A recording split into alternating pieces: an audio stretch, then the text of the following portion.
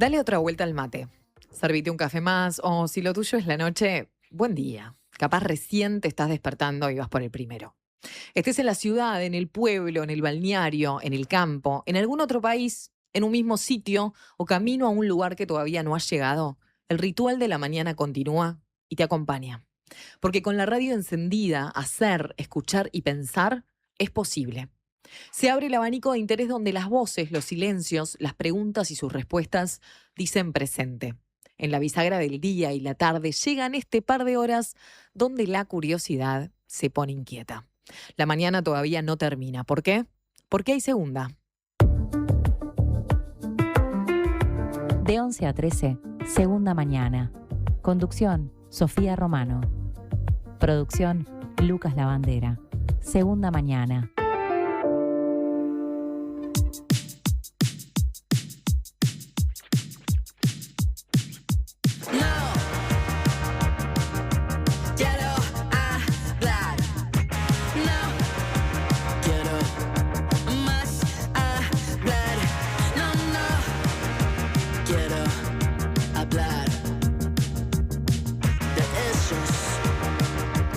Buenos días, es un placer estar con ustedes a través de la Diaria Radio, siendo las 11:05 para darle inicio a la segunda mañana de esta emisora que está saliendo a través de YouTube, a través de streaming y también, por supuesto, a través de las radios. 97.9 FM en Montevideo, 102.5 en Maldonado y 90.9 FM en Colonia. Tic, tic, tic, me dice Lucas Lavandera. ¿Cómo estás, Lucas? Buen día.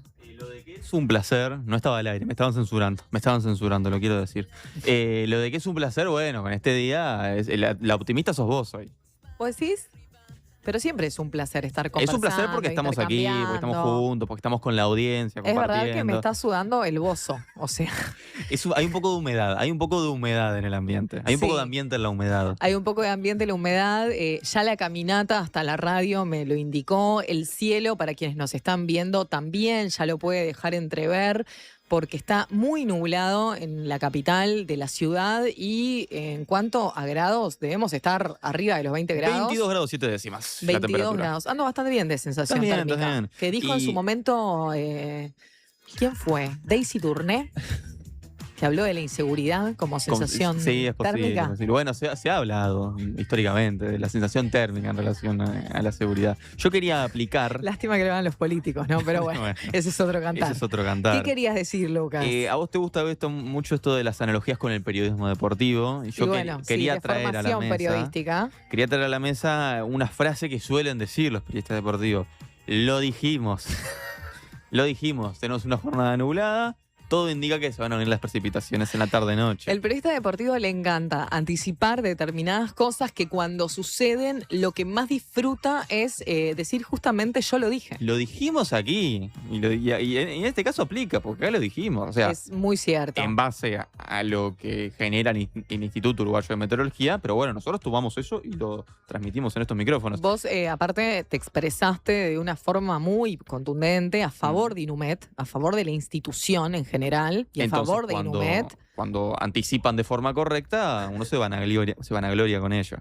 Exactamente, y también mandaste a toda nuestra audiencia y también a quienes nos miran a través de YouTube a lavar ropa, cosa que estuviste perfecto. Estuve muy bien. No lo hice yo, lo cual es un problema. En casa de herrero, cuchillo de palo. Exactamente. Así que quedó mucha cosa con más olor a humedad todavía. Con más olor a humedad todavía. Pero para además comentarle a la gente que hay una alerta amarilla vigente en este momento. ¿Eso para hoy mismo? En este momento, para el litoral del país, desde las 10:30 de la mañana va a ser actualizado a la 1:30 del mediodía. Ya no vamos a estar al aire cuando sea actualizada, así que hasta el mediodía vamos a tener esta alerta amarilla, que es para los departamentos de Salto, para los departamentos de Paysandú, de Río Negro y de Soriano. Es un buen ejercicio geográfico el mapa de Inumet. ¿Por qué es esta alerta amarilla? Bueno, por lluvias abundantes. Esto va a ser hasta la 1:30 de la tarde, así que bueno, a estar atentos. Vamos a pedirles a ustedes que están del otro lado que se comuniquen con nosotros y nos cuenten justamente desde qué lugar nos están escuchando. 099-891-888, 099-891-888. Ayer termina el partido. de Nacional en el Gran Parque Central por Copa Libertadores y me encuentro con un oyente de este programa y también de La Mañana de Martín Rodríguez, que venía ya escuchando La Diaria, pero también en su momento fue escucha de Lucas Lavandera en su paso por M24. Qué grande. Entonces, Pablo, aparte de mandarte un gran abrazo, Lucas, mando otro. y de llenarte de elogios, me dijo, Sofía, ¿hay número de WhatsApp? Le digo, sí, cada tanto lo decimos. ¿Cuál Por es, favor, repítanlo más. Me pidió que lo digamos en veces más reiteradas, así que 099-891-888 para que nos escriban desde dónde nos están escuchando, qué están haciendo, siendo las 11:10 de la mañana. Por ejemplo, en mi caso, si vos tenés que apostar, Lucas, de verdad te lo digo, tenés que apostar. Acá, ¿qué estoy tomando? Vamos a arrancar por tipo de apuesta, ¿no? Café. Bien, qué suerte. Bien, café, perfecto. Estoy señalando un termo para quienes nos siguen por la radio. ¿Qué número de café voy? Yo te diría que este es el tercero del día. ¿Cómo? Bien. Soy muy bueno. Soy Sos muy muy soy bueno. intuitivo, soy Porque intuitivo. aparte no me conocés tanto. No. Tercer- Pero hay las primeras impresiones a veces. Decís que estoy como un poquito pasada de rosca. Y son semanas ¿Viste particulares. ¿Viste el sticker que dice pasado de rosca muy entusiasmado? Sí, claro, es eso. Pero está bien. Esta semana te lo puedes permitir. Y yo, ahora que vos nombrabas lo de WhatsApp, yo quiero hacer. Porque ayer inauguramos el servicio a la comunidad. A mí me gustaría inaugurar un pequeño espacio que Dale. es el servicio al productor. Porque iba a esperar a que viniera Flor Curcio. ¿Un autoservicio? Un autoservicio. A mí A ver. no me gusta esto de que el periodista abuse del micrófono en su favor, pero me lo voy a permitir por un segundo. Por favor. Porque quería esperar a que viniera Flor Curcio para preguntárselo, pero falta bastante, entonces quiero ver si la audiencia me puede ayudar con Dale. esto. Incluso vos, Sofi. Tips al WhatsApp para poder hacer milanesas al horno y que no queden muy secas. La audiencia puede comunicarse y puede pasarnos esos tips. Bien, yo te tiro uno y después que la audiencia, por supuesto, se sume con más. Primero, el horno, precalentarlo siempre. O sea, no pongo el horno frío y lo empiezo a calentar con la Luca, milanesa. no, eso es un error de amateur. Ah. Horno bien caliente. Bien. Siempre. Puede ser, no sé, 220 si querés, o 200. Precalentado. Cuando dice precalentado son unos 15, 20 minutos aproximadamente. Con unos 15 estás bien. Perfecto. Después, aceite en la asadera, señor. Porque por más de que sean al horno, No es en la milanesa, es en la asadera. es en la asadera. Bien, anoto. Me encantan igual las preguntas porque son desde el conocimiento nulo, ¿verdad? Bueno, pero capaz Sí. que represento. Aceite en la asadera, poco aceite, puede ser un aceite neutro, común y corriente, económico. Si tenés de oliva y querés comer un poco más saludable y más caro, dale al aceite de oliva, pero apenitas. Y una vez, eso le das también un toquecito, un minutito si querés de ese aceite caliente para que no se te queme. Bien. Sacás esa asadera con ese horno ya precalentado. Con un repasador agarro la asadera, preferentemente. Sí, con un Bien. repasador o con el guante, ¿viste el guante de abuela? Es muy práctico. Hay Perfecto. unos también de silicona que son muy buenos. El de tela a veces Falla. tené cuidado. Sacás eso, pones la milanesa y ahí lo que podés hacer es vuelta y vuelta antes de que entre al horno, para que quede mojadita en la parte de abajo con el aceite que ya está en la asadera y después la das vuelta para que la parte que no tocó el aceite también la toque. Entonces queda Perfecto. milanesa con aceite abajo y arriba, pero poquito, lo fundamental. Y ahí, dependiendo del grosor de la carne, de cómo esté el empanado, los minutos que le das. Bien. O ¿Qué, sea, qué mi te error sucede? estaba ¿Se, haciendo. se te achicharran? No, me queda muy dura. Muy duro el empanizado. Claro, ¿las haces vos caseras o comprás ya la milanesa hecha? Por lo general ya viene empanada. Bueno. Ingresa a mi casa empanada. Ingresa a tu casa empanada. No pasa nada. Yo creo que si vos seguís estos tips, vas a andar bien. Anda calculando y en mi experiencia personal, siempre es preferible irte fijando, no sé, le das 10 minutos y capaz que la das vuelta y si no estás muy seguro, ahí la cortás. Si la carne ya está en un punto, como te gusta a vos comer la carne, que sería a punto, lo demás es indigno. Con Estamos todo de acuerdo, respeto a la estamos de gente acuerdo. que come la carne cocida, Completamente de cocida, acuerdo cocida. Cortás y si ves que ya está, sale para afuera. Perfecto. No, porque yo soy fundamentalista de la milanesa frita, pero realmente me da mucha presa freír. Me queda la casa con olor Te a entiendo. frito hasta mayo. Sí. Entonces, elijo el horno también como una opción más saludable, pero claro, me gusta comer sano, pero también quiero comer un poco más rico. Claro, está Así que bueno, muy me bien. lo anoto y si ustedes tienen más tips también pueden enviarlos. Sí, y también otras sugerencias para Lucas, para que no solamente coma milanesas, sino que también pueda comer alguna otra cosa. Ya sabemos que le gusta mucho el arroz, la pasta. encanta el arroz. Así que si tienen alguna idea, se la pueden tirar y contarnos a las 11:15 de la mañana qué es lo que están haciendo. Si van por su tercer café como quien les habla, si se están aprontando una segunda vueltita de mate, si están justamente en aprontes de almuerzo, si están laburando, pero por sobre todo eso, desde dónde nos escuchan y qué temas les interesa que estemos aquí en la mesa compartiendo. Tenemos un gran programa hoy, Lucas. ¿Quién lo va a decir si no lo decimos nosotros, no? Claro, tenemos que darnos para adelante nosotros. Pero mismos. la realidad es que tenemos el debut de una columna que me tiene muy entusiasmada. Fede Pérez va a estar en minutos aquí para hablar de salud y algo muy de coyuntura, ¿no? Estamos hablando de la reglamentación de la ley de endometriosis, que esto ha sucedido y año y medio después de la aprobación de la Cámara de Senadores, el anuncio lo hizo la ministra de Salud Pública este último lunes en Paysandú. Así que con Fede Pérez, en el día de su cumpleaños, hay que decirlo, vamos a estar hablando de esto. ¿Qué más tenemos, No, Lucas? y simplemente un pequeño agregado sobre la Sí, columna de dale. Fede, que aparte que trae unos testimonios muy interesantes, no solamente de personas con expertise en el tema, sino también de algunos pacientes que relatan lo que significa padecer esto. Entonces, por eso me parece bien relevante prestar atención a lo que nos va a traer hoy Fede Pérez. Pero como vos decías, Sofi, no es lo único, porque vamos a traer a Fernando Cáceres. Fernando Cáceres con una postura muy interesante. Vamos a hablar sobre, él va a hablar, en realidad, sobre el marco normativo que regula a las entidades deportivas. Pensar en los clubes de barrio, pensar en cómo esto se reglamenta, pensar en los nuevos ejemplares que han aparecido sobre la mesa, como las sociedades anónimas deportivas. ¿Qué implica esto? ¿Y cuál es el rol del Estado a la hora de hablar de entidades deportivas? Que es un tema bastante amplio y más en los tiempos que corren. Totalmente, y que hay una gran disyuntiva, y acá Fernando la expone muy bien en el artículo que publicó en La Diaria y que hoy viene justamente a darle voz a estas palabras tan exactas que eligió para entrar en esta, vamos a decirle sí, polémica, ¿por qué no? Ya que nos tenemos que cuestionar, ¿una sociedad anónima tiene que tener los mismos derechos que un club de barrio deportivo o comunitario? ¿O tendría que pagar otros impuestos porque justamente se trata de una sociedad anónima? De esto y mucho más, Fernando Cáceres va a estar con posturas y después de ahí, actualización informativa, por supuesto, con Yamila Silva. Y Algo cerramos más. el programa con nuestro me salió con él, con nuestro editor de cultura. ¿Salió puertorriqueño? Sí, me fui al norte. Es la humedad. Es la humedad. Gabriel Lagos, editor de cultura, que va a estar con algunas recomendaciones literarias y con algún adelanto del suplemento de cultura de La Diaria, así que tenemos un programa cargadito. Así es, lo que me encanta, aparte de la columna de Gabriel Lagos, más allá de hablar de cultura en general, que arranca en la jornada de hoy con el libro que ganó el premio, que lo habíamos comentado con Yami, de 1 millón de euros, este premio tan ostentoso, sobre todo teniendo en cuenta que generalmente los premios literarios no son de esta investidura y son muy pocos. Y este libro se llama El buen mal de Samantha Schweblin. Es de lo mejor que he leído, lo voy a volver a repetir, es un libro de cuentos. No soy una gran lectora de libros de cuentos, me gustan más las novelas, me gustan más tal vez a veces algún ensayo, pero este libro de cuentos realmente vale la pena. Me lo regaló mi mejor amigo Emiliano para mi cumpleaños, de los aciertos más grandes, así que vamos a estar conversando con Gabriel, entre tantas otras cosas, de el libro El buen mal de Samantha Schweblin. Dicho todo esto y siendo las 11:17, Lucas, ¿te parece? Se comunican con nosotros al 099-891-888 y nosotros hacemos la primera tanda que viene este programa. ¿Qué es mejor? ¿La hamburguesa o el choripán? ¿La Rambla o el parque?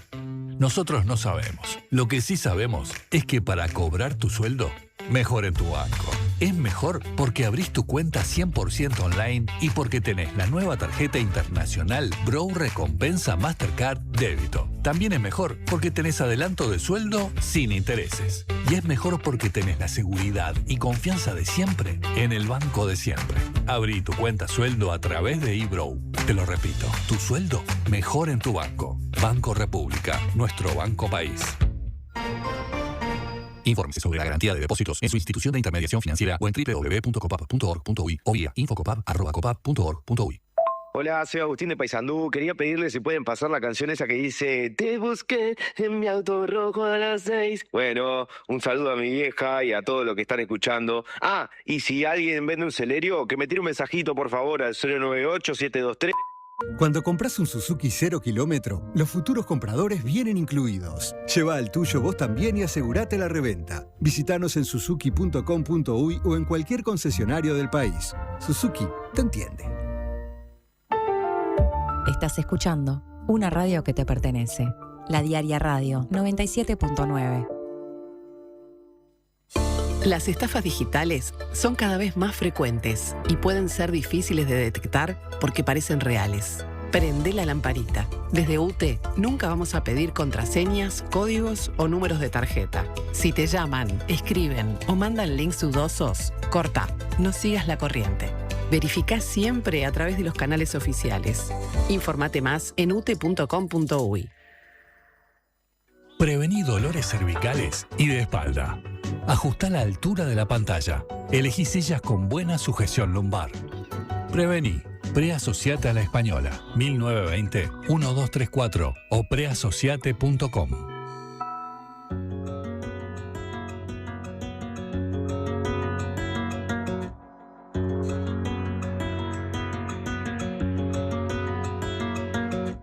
No te alejes que no voy a irme.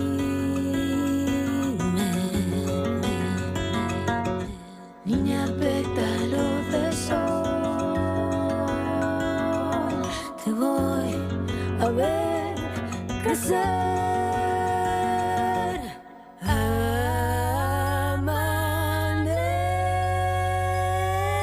Amanecer.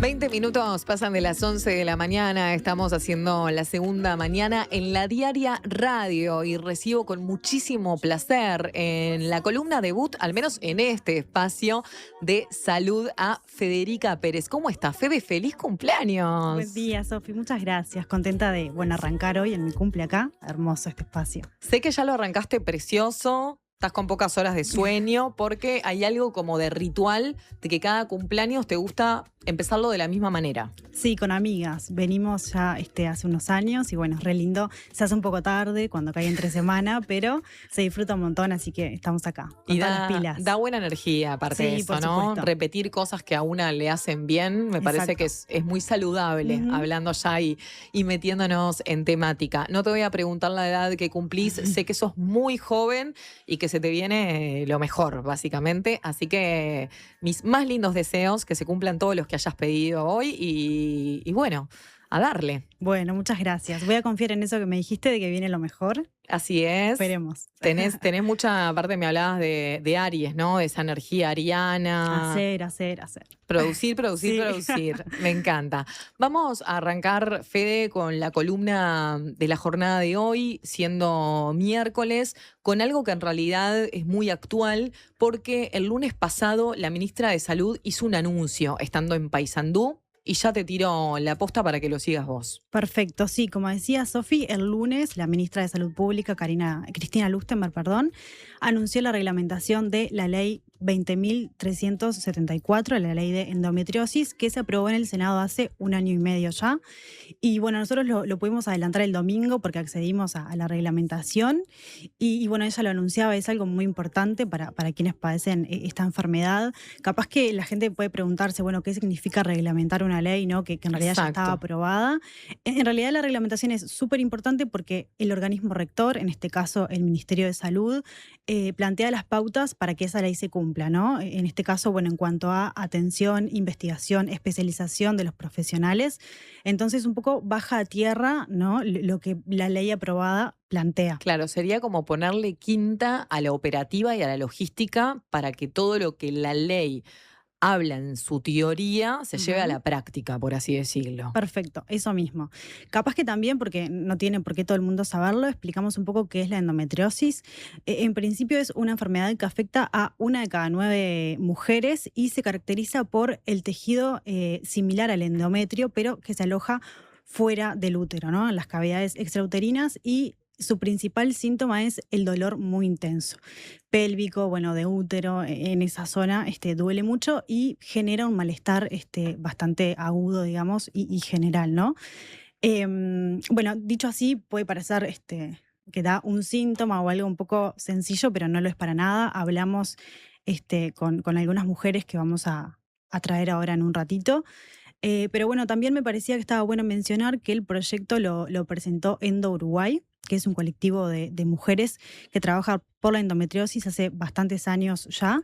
Y bueno, yo las recuerdo a ellas hace bastantes años afuera del Palacio Legislativo, ¿no? Como militando desde 2021 por lo menos el proyecto, así que fue algo súper importante para ellas. También, Fede, antes de seguir avanzando justamente con estos testimonios que son no solamente trascendentes por lo que vos contabas de militancia, sino también para poner en la piel, ¿no? de quienes padecen esta enfermedad, que hay algo de nuestro ciclo menstrual que no está tan habilitado a la charla cotidiana y que a su vez también cuando suceden esos días del periodo menstrual, también está muy naturalizado el dolor. Ujú. Como que te duela es lo más normal del mundo y en realidad no es lo más normal del mundo y pueden haber distintas causas y una de ellas, si es un dolor que te inhabilita, justamente puede ser la endometriosis. Exactamente, sí.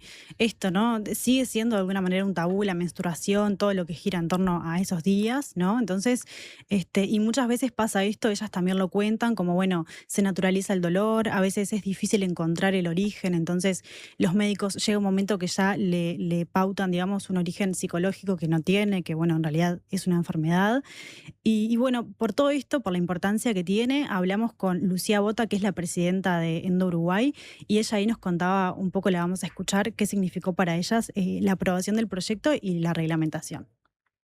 Para en Uruguay la reglamentación de la ley es primero que nada un triunfo, pero también el comienzo de un nuevo camino, porque bueno, esto es un esfuerzo en el que venimos trabajando desde hace mucho tiempo, directamente con el Ministerio, a través de la Comisión Honoraria Asesora de Derechos Sexuales y Salud Reproductiva, de la cual participamos todo el año 2025, para justamente llevar nuestra propuesta y que era lo que Endo Uruguay pretendía de una reglamentación eficiente. Entonces es un gran triunfo, pero a su vez es el comienzo de un nuevo trabajo en el que ahora lo que tenemos que hacer es ocuparnos de hacer valer nuestros derechos, ocuparnos de informar a la población de sus nuevos derechos adquiridos y además asegurarnos de una reglamentación correcta, ¿no? Porque como sabemos, la ley sin reglamentación son palabras vacías y la reglamentación sin ejecución lo mismo. Entonces, es otro paso en la dirección correcta, es el haber ganado derechos, el haber adquirido derechos, el garantizar el acceso a la salud.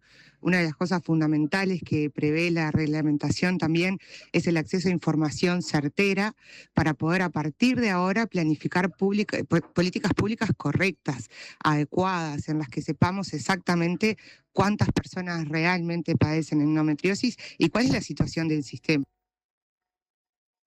Ahí escuchábamos a Lucía Bota justamente hablando de lo que significa para Endo esta comunidad, esta organización que militó por esta causa, que finalmente se esté aplicando la reglamentación de la ley. Exacto, Sofía, ahí lo contaba ella. Solo para marcar los antecedentes, hubo 2 proyectos que se presentaron antes de que fueron un poco la base del que finalmente se aprobó. Uno lo presentó el nacionalista Pablo Audala en 2019 y el otro la cabildante Silvana Pérez Bonavita en 2022. Lo que pasaba con esos proyectos era que eran un poco más específicos, por ejemplo, en las consecuencias de la endometriosis. Por ejemplo, infertilidad, ¿no? Entonces, lo que hace este proyecto que se aprobó, tomó esas ideas, pero hizo algo más general para que en principio se reconociera la enfermedad antes de ir, por ejemplo, a las consecuencias. Entonces, es un poco más general.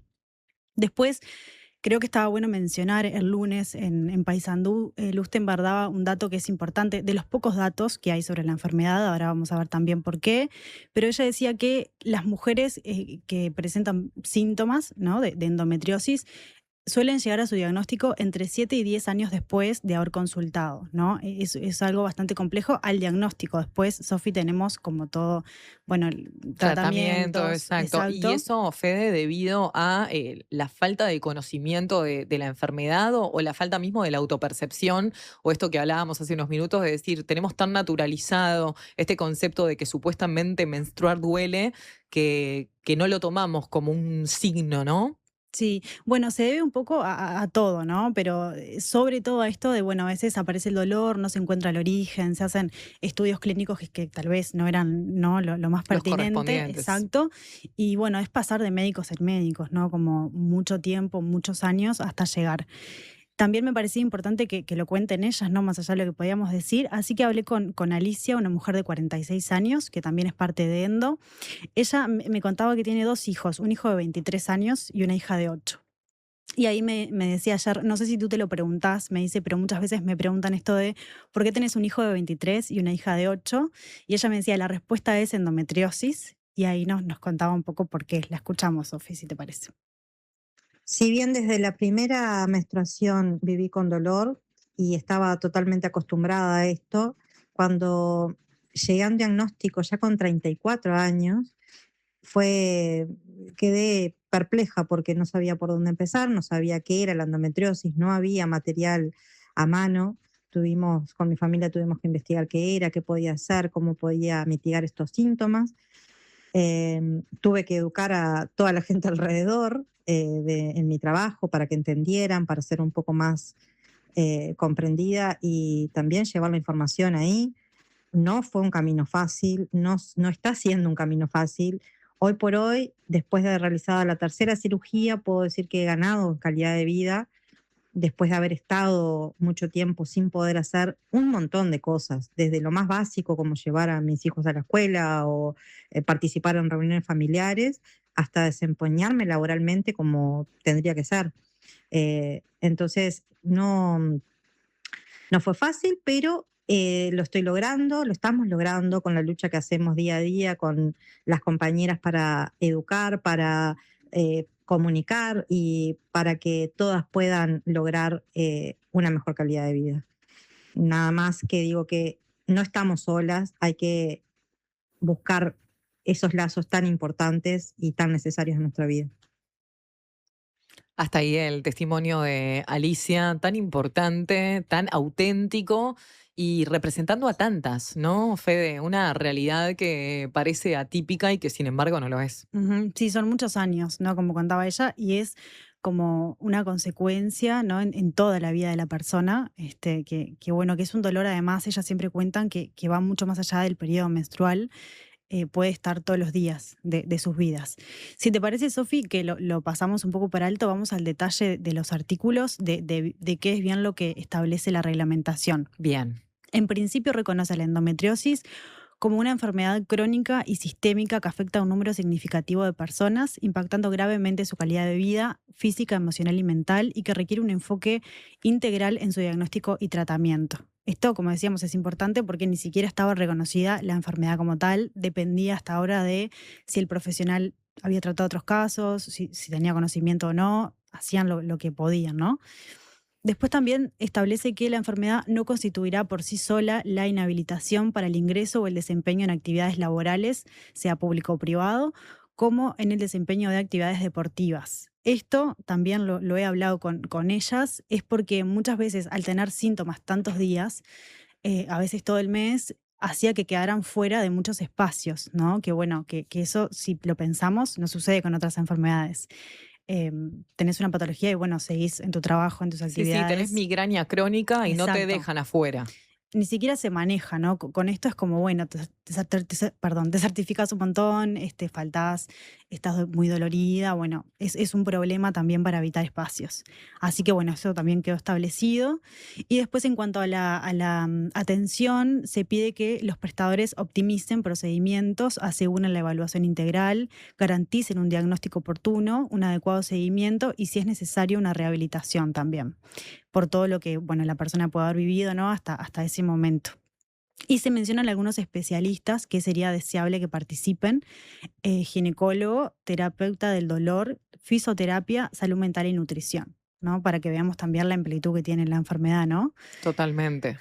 En cuanto al diagnóstico, ¿es algo fácil de dar en la tecla, por así decirlo, Fede? ¿O es algo que tiene una complejidad? Tiene una complejidad. Eso, si te parece, lo dejamos para poco más adelante Dale. porque hablamos con un especialista también sobre esto. Y después, bueno, medio por último, en cuanto a la reglamentación, el Ministerio, para mejorar estos datos, que decíamos que hay muy pocos hasta ahora porque la enfermedad no estaba registrada, digamos, el Ministerio de Salud podrá requerir a los prestadores datos para, bueno, diversas fuentes para eso, tener cifras oficiales, digamos, ¿no? De la enfermedad, obviamente preservando la identidad de las personas. Y también deberá promover y apoyar investigaciones científicas y clínicas sobre la enfermedad. Por último, desde que se aprobó la reglamentación, que fue fines de marzo, el Ministerio tiene 180 días para, bueno, todo esto que sea una realidad, ¿no? En el diálogo con los prestadores, con las pacientes, para que la letra, digamos, tome cuerpo. Entiendo. Más allá de esto en particular, ¿lo ves, Fede, como un paquete de medidas en cuanto a la prioridad de este Ministerio de Salud Pública, que si bien en campaña tomó la salud mental como uno de Ujú. sus grandes faros, también el hecho de, no sé, la canasta básica de higiene femenina, esto es como un eslabón más dentro de ese paquete y de esas prioridades que tiene este Ministerio de Salud Pública? Sí, viene en esa línea. De hecho, una de las cosas que Lustenberg ha dicho desde que asumió es que uno de los principales objetivos es reglamentar leyes que hay aprobadas del periodo pasado o incluso de otros, ¿no? Está también un tema bastante distinto, pero la de eutanasia, que ya por los plazos está por reglamentarse próximamente. Entonces, sí, es como uno de los objetivos, las leyes que están aprobadas, pero están ahí como a la espera, ¿no? De que se Claro. utilicen, reglamentarlas. Te están esperando a vos para tu próxima columna, lo que Sí, pasa, bueno. ¿viste? Capaz que esperaron que arranquemos para Exacto. ir tirando. Bueno, ahora sí, Sofi, lo que decías, hablamos con Sebastián Ben, que es un ginecólogo grado 4 de la Facultad de Medicina, que nos contaba un poco, bueno, eso, ¿no? Capaz que nos están escuchando y dicen, ¿cómo sé si es un dolor menstrual o es endometriosis? Bueno, él decía que hay que estar atentos a algunas situaciones. Esto que decíamos, dolor en la menstruación, pero un dolor bueno, que te imposibilite, ¿no? Bastante en tu día a día. También puede ser dolor pélvico, dolor durante las relaciones sexuales o al ir al baño. Y después algunas cosas un poco más avanzadas que ya ahí sí se pueden detectar en un control médico, dificultad para embarazarse, quistes o tumoraciones, por ejemplo, en los ovarios. Él decía que el mejor diagnóstico ahora, entre comillas textual, es una buena historia clínica. Es decir, primero que nada, recibir a la persona, consultarle qué le pasa, desde cuándo le pasa y todo eso, tomar un registro, ¿no? Y el seguimiento, me Y el imagino seguimiento, también. sí, si es posible por el mismo médico, eso es ideal ya. Y después, bueno, un interrogatorio, un examen físico, y después me decía que los estudios dependen mucho. Yo había dado por sentado, la verdad, que era como con una ecografía, pero él me decía que no, que depende mucho de la persona, que la ecografía sí es uno de los estudios que más se utilizan, pero puede ser que no, que hay Claro, otros. la ecografía lo que te puede llegar a dar es el grosor del endometrio, ¿no? Ujú, exacto. Pero también pueden haber otros síntomas que tal vez no van por ese lado, por esa Exacto. línea. Él me decía que es como muy particular. De hecho, yo le pedía ejemplos y me dice, no está bueno que se queden con la imagen de que es uno u otro, mejor que se consulte. Y bueno, y una vez que se llega al diagnóstico, él decía que lo primero que se hace es tratar el dolor, ¿no? Como con analgesia, bueno, porque es bastante complejo. Y bueno, después cambios que salen de lo médico y que sirven para un montón de enfermedades, ¿no? Bueno, la alimentación, el ejercicio físico, un buen descanso. Él decía que en esta, como en tantas, es muy útil también. Y después tratamiento hormonal, se puede decir que es bastante efectivo, por lo menos hasta ahora. Se sabe eso. Y le preguntaba yo un poco por la ley, y él me decía, bueno, esto, ¿no? Tanto la ley como la reglamentación son herramientas que están buenísimas, pero que ahora hay que bajarlas a tierra. Me contaba que hay una guía en la que él participó, creo que desde la facultad, que el ministerio ya aprobó, digamos, y está en revisión de pares, ¿no? Entre médicos, digamos, pero que próximamente va a estar. Es una guía sobre la enfermedad, que bueno, que está bueno en el sentido de que bueno, eso pauta qué es la enfermedad, tanto para pacientes, como que haya algo teórico, digamos, ¿no? Público de Uruguay sobre la enfermedad. Sobre esto también yo le preguntaba a Lucía, ¿no? A Lucía Bota, que la escuchamos, ¿qué esperan ellas a partir de ahora? Claro, Y- si hay algún cambio real de lo que Exacto. ellos tienen como expectativa. Y cómo van a seguir, ¿no? con la reglamentación. Así que si te parece, la escuchamos también. Este proceso es parte de todos los procesos que ha venido llevando a cabo Endo Uruguay y es como un pasito más, un tic más en toda la lista de tareas que nos hemos propuesto. Empezamos desde metas muy chiquitas, que era acercar información a los pacientes. Seguimos proponiéndonos una ley que nos garantizara justamente poder reclamar por derechos. Después trabajamos por la reglamentación y ahora seguimos trabajando porque queda mucho por hacer. Hay que trabajar en los derechos sociales, hay que trabajar en las garantías, hay mucho trabajo por delante, pero bueno, sigue siendo otro paso más y otra conquista más en este camino que lo que justamente vamos yendo hacia un cambio real, sistemático, donde eventualmente la endometriosis sea tratada como cualquier otra enfermedad crónica, donde eventualmente los pacientes tengamos derecho a una atención digna y de calidad, donde un diagnóstico no siga siendo una carga. El diagnóstico, la reglamentación de la ley prevé un diagnóstico temprano y prevé facilitar las técnicas diagnósticas. Eso se traduce directamente en calidad de vida para los pacientes. Un diagnóstico temprano evita daños, evita sufrimiento, evita desgaste. Entonces, bueno, vamos por buen camino, pero empezamos otro camino ahora, que es el de justamente hacer valer nuestros derechos y asegurarnos que esta reglamentación se implemente.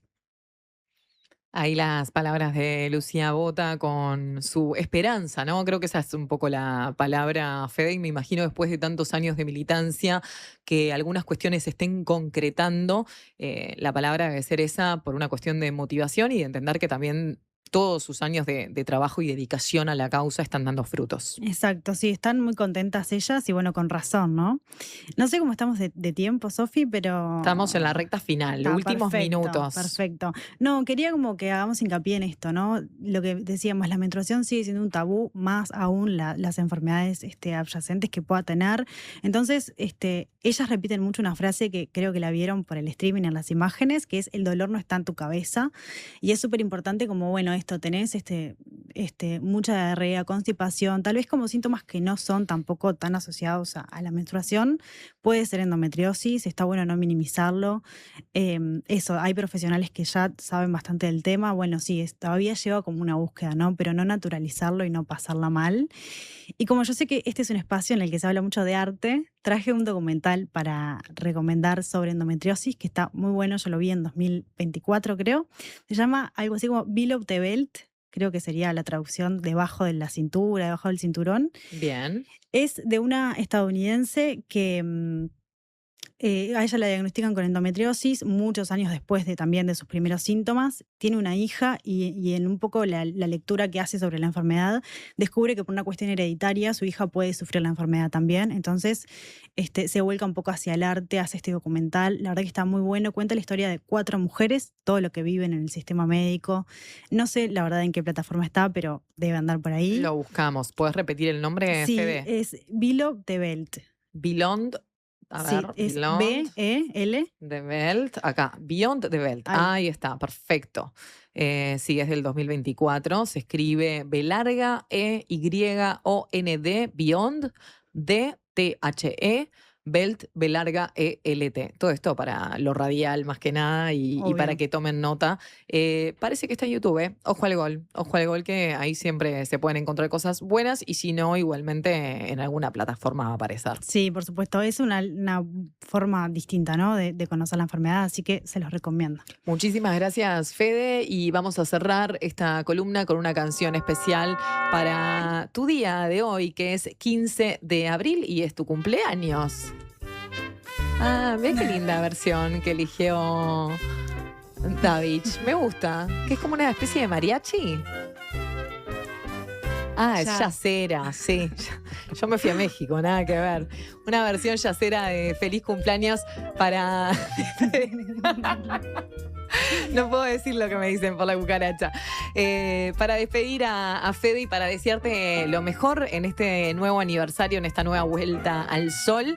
que se cumplan todos tus deseos y nos reencontramos, Fe, si te parece, en 15 días para hablar de tu próxima columna. Perfecto, bueno, muchas gracias por la canción, a los compañeros, a todos. Hermoso estar acá hoy. Un placer, muchas gracias. Hacemos una tanda y seguimos con más en la segunda mañana de La Diaria. ¿Usted sabe por qué nos siguen eligiendo? Porque somos credibilidad, confianza, contención y compañía calificada. Porque además le brindamos a los socios más de 20 talleres multitemáticos en la Fundación SECOM destinados a promover la calidad de vida y muchos beneficios más. Porque estamos para usted las 24 horas, los 365 días del año. SECOM, primer servicio de compañía de Uruguay y del mundo. En El Círculo tenemos los mejores planes para vos y tu familia. Si tenés entre 1 y 20 años, podés afiliarte por tan solo 800 pesos al mes, con más beneficios gratis, el mejor servicio al menor precio y los menores tiempos de espera. Elegí cambiar ahora a la mutualista con el índice de satisfacción más alto y con la red de atención más grande del país, con 5 sanatorios y 50 policlínicos. Afiliate llamando al 1870 o en circulocatólico.com.uy. En El Círculo, estamos con vos. ¿Cómo es estudiar en la UCU? Es estar en movimiento, sintiendo cómo ideas, personas y lugares se transforman. Es conectar con otros para potenciar tus ideas y generar impacto en lo que nos rodea. Es ser parte de la propuesta universitaria más innovadora y actualizada del país, que te impulsa a desarrollar tus talentos. Universidad Católica del Uruguay, el futuro que está en vos y en nosotros. Redes y vías de contacto. Comunicate al 099-891-888. Mail radio@ladiaria.com.uy.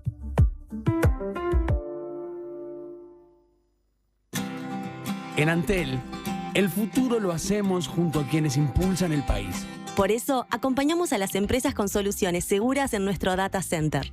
Y también junto a quienes cuidan el planeta. Por eso, trabajamos en la recolección de residuos electrónicos. Porque el futuro se hace juntos.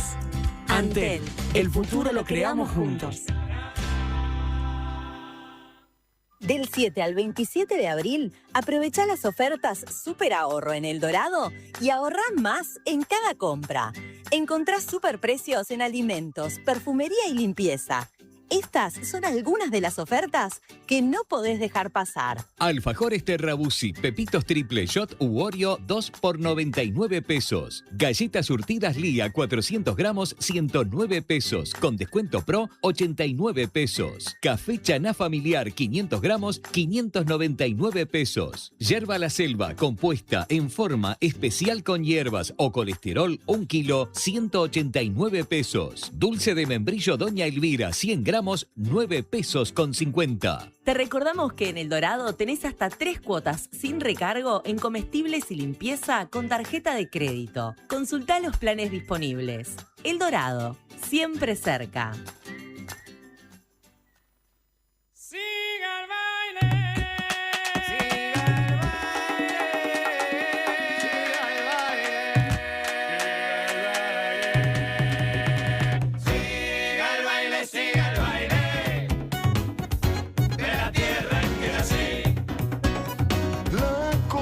De los negros.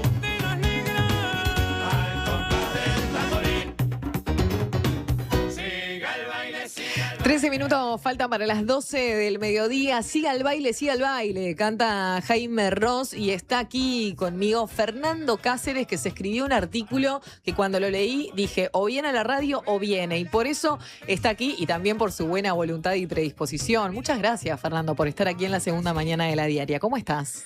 Bueno, muchas gracias a ti.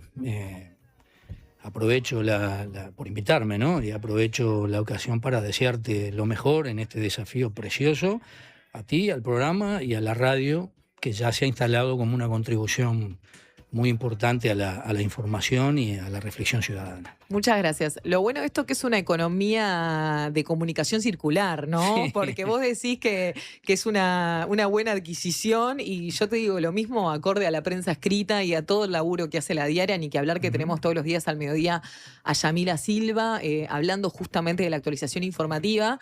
pero en este caso lo mismo, abrir el diario y ver un artículo de estas características, con esta postura, que ya nos vamos a meter en qué fue lo que escribió Fernando. Para nosotros también es una gratificación contar con ese soporte y nos sentimos muy cuidados y cuidadas en ese sentido.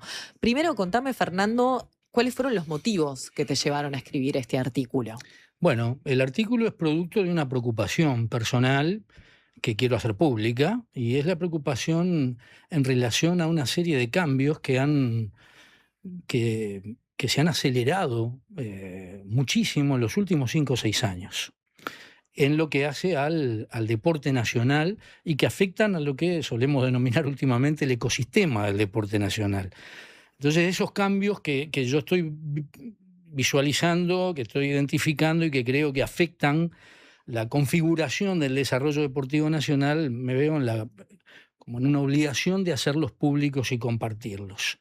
Por ejemplo, empezando por, si me permitís, empezando por una distancia enorme entre las normas vigentes que ordenan el deporte nacional y la realidad actual, tan diversa, tan compleja.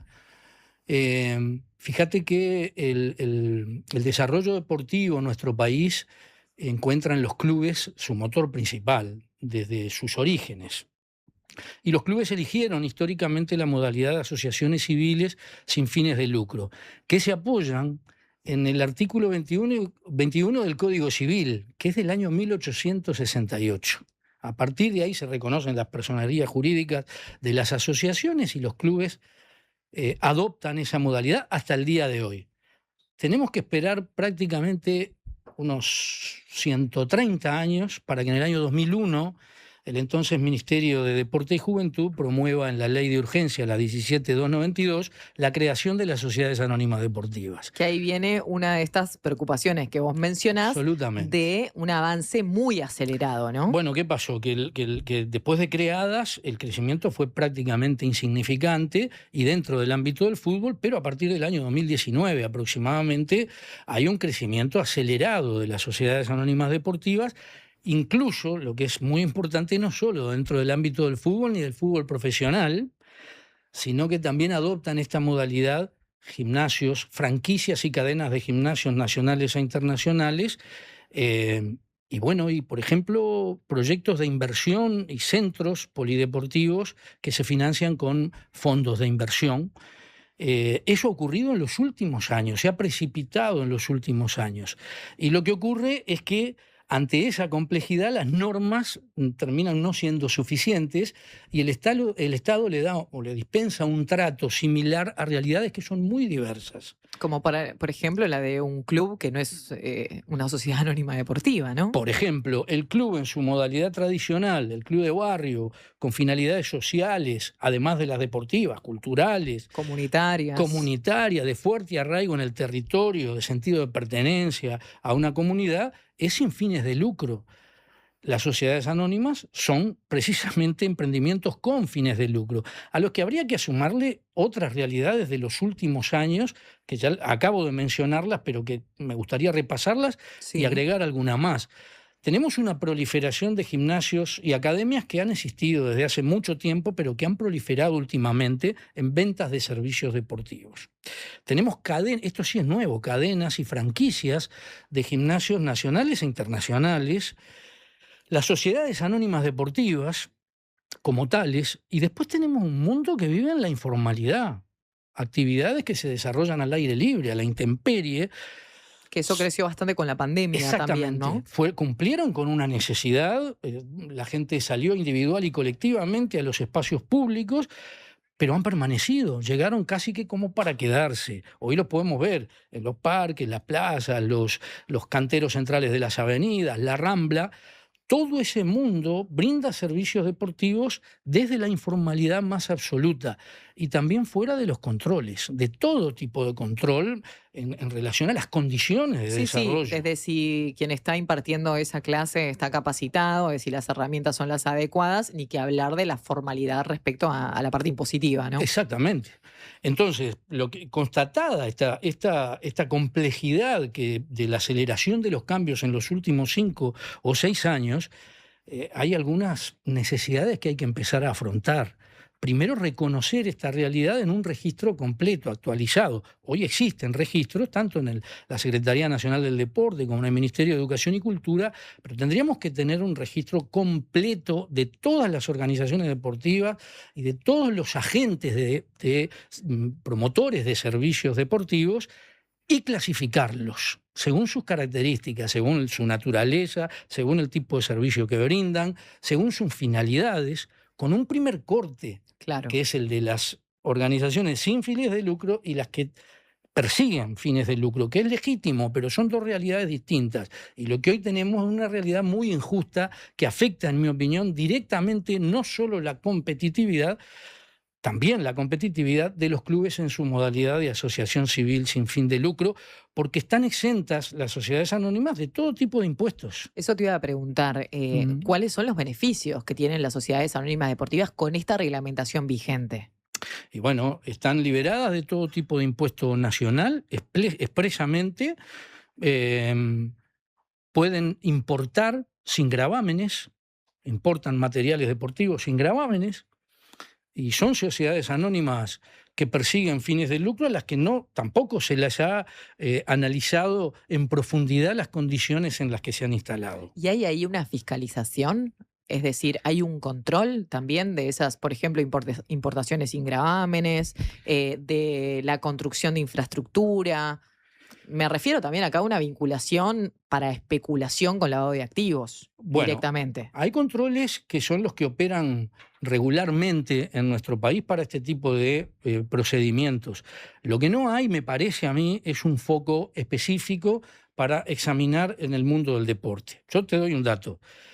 Te dije, las sociedades anónimas deportivas se desarrollaron inicialmente en el mundo del fútbol y del fútbol profesional. Sin embargo, tenemos casi 20 sociedades anónimas deportivas, quedan por fuera 5 o 6 clubes. Tenemos 20 clubes constituidos en sociedad anónima deportiva en la primera división amateur de la Asociación Uruguaya de Fútbol. Es llamativo que la figura de una sociedad anónima deportiva que persigue claramente fines de lucro se expanda de tal manera en la primera división amateur. Tenemos muchos otros ejemplos, pero digamos, acá lo que hay en juego también es una relación, me parece que estamos en un momento en el que el Estado tiene que revisar la relación con las organizaciones deportivas.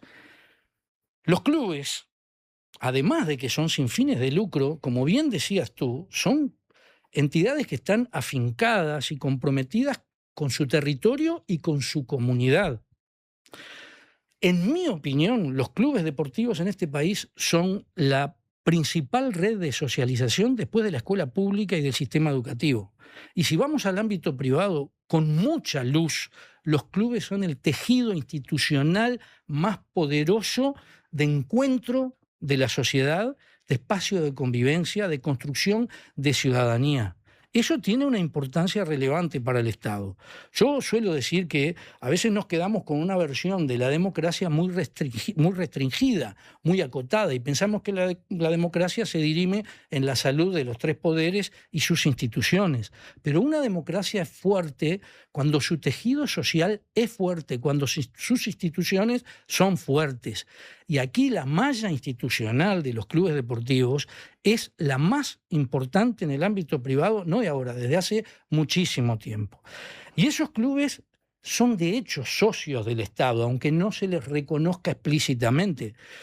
En situaciones de crisis local, barrial, o en situaciones de crisis nacional, como la pandemia, los clubes ofician de espacio de transmisión de información, de llegada de servicios. En los clubes se abren merenderos, se abren comedores, hay pequeñas policlínicas. Hasta refugios. No sé, se me viene a la cabeza el Palacio Peñarol hace un par de años. Pero por supuesto, pero ni te digo clubes mucho más pequeños del interior del país que están involucrados y comprometidos con su gente, y son espacios en los que el Estado puede prolongar su acción, puede proyectar con confianza, porque más allá de las luces y las sombras, las debilidades y fortalezas de los clubes, que no podemos desconocer, esa malla es una malla democrática, consistente, firme, que hay que cuidar. Un club de estas características, una asociación civil, no se va de su lugar, salvo por causas muy excepcionales. En cambio, un emprendimiento comercial, sea sociedad anónima deportiva o sea un gimnasio o una... depende de los resultados económicos y del éxito comercial de la propuesta. Si no funciona, cierran. Si no funcionan, se van a otro lugar. Tenemos ejemplos muy concretos en Uruguay de casos de este tipo en los que no quisiera ingresar, pero que todos conocemos por la información pública.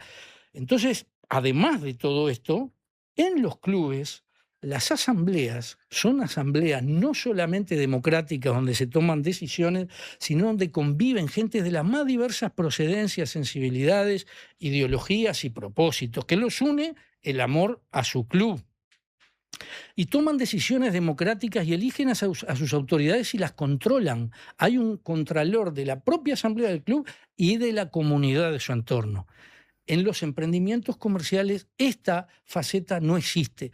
Por lo tanto, no es mi propósito decir eliminemos los emprendimientos comerciales, que son muy importantes. Yo les reconozco su valor.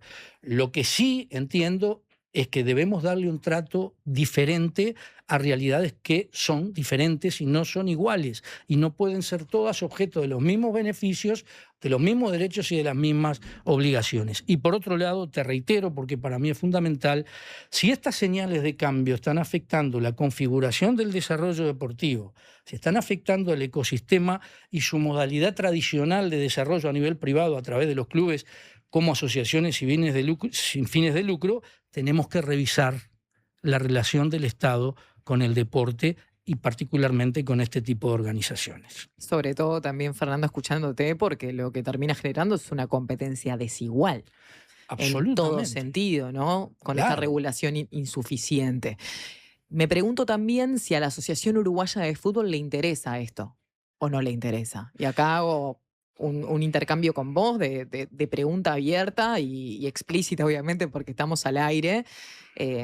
Pero con este ejecutivo han crecido las sociedades anónimas deportivas. Sí. Mirá, las sociedades anónimas deportivas se han planteado han introducido 3 niveles que me parecen muy interesantes reconocer. Primero, dicen nosotros atraemos y destinamos fondos de financiación para el desarrollo deportivo, cosa que a los clubes como asociaciones civiles sin fines de lucro les cuesta mucho. Segundo, promovemos la inversión. Promovemos el mejoramiento, la profesionalización de la gestión.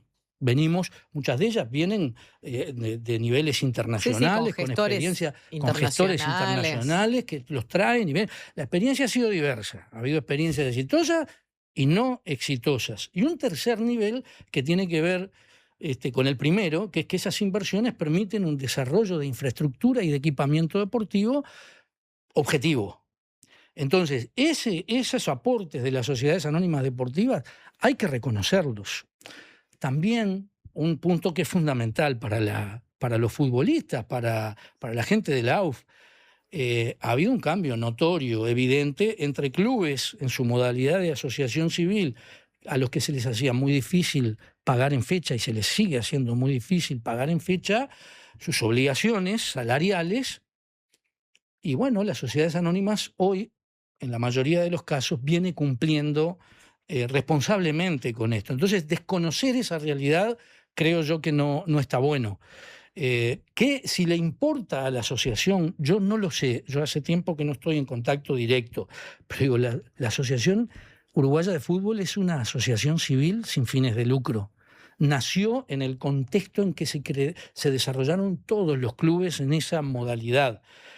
La Asociación Uruguaya de Fútbol ha construido de manera directa y a través de su actividad y sus resultados, ha construido parte de nuestra mejor identidad nacional y de nuestro sentido de pertenencia.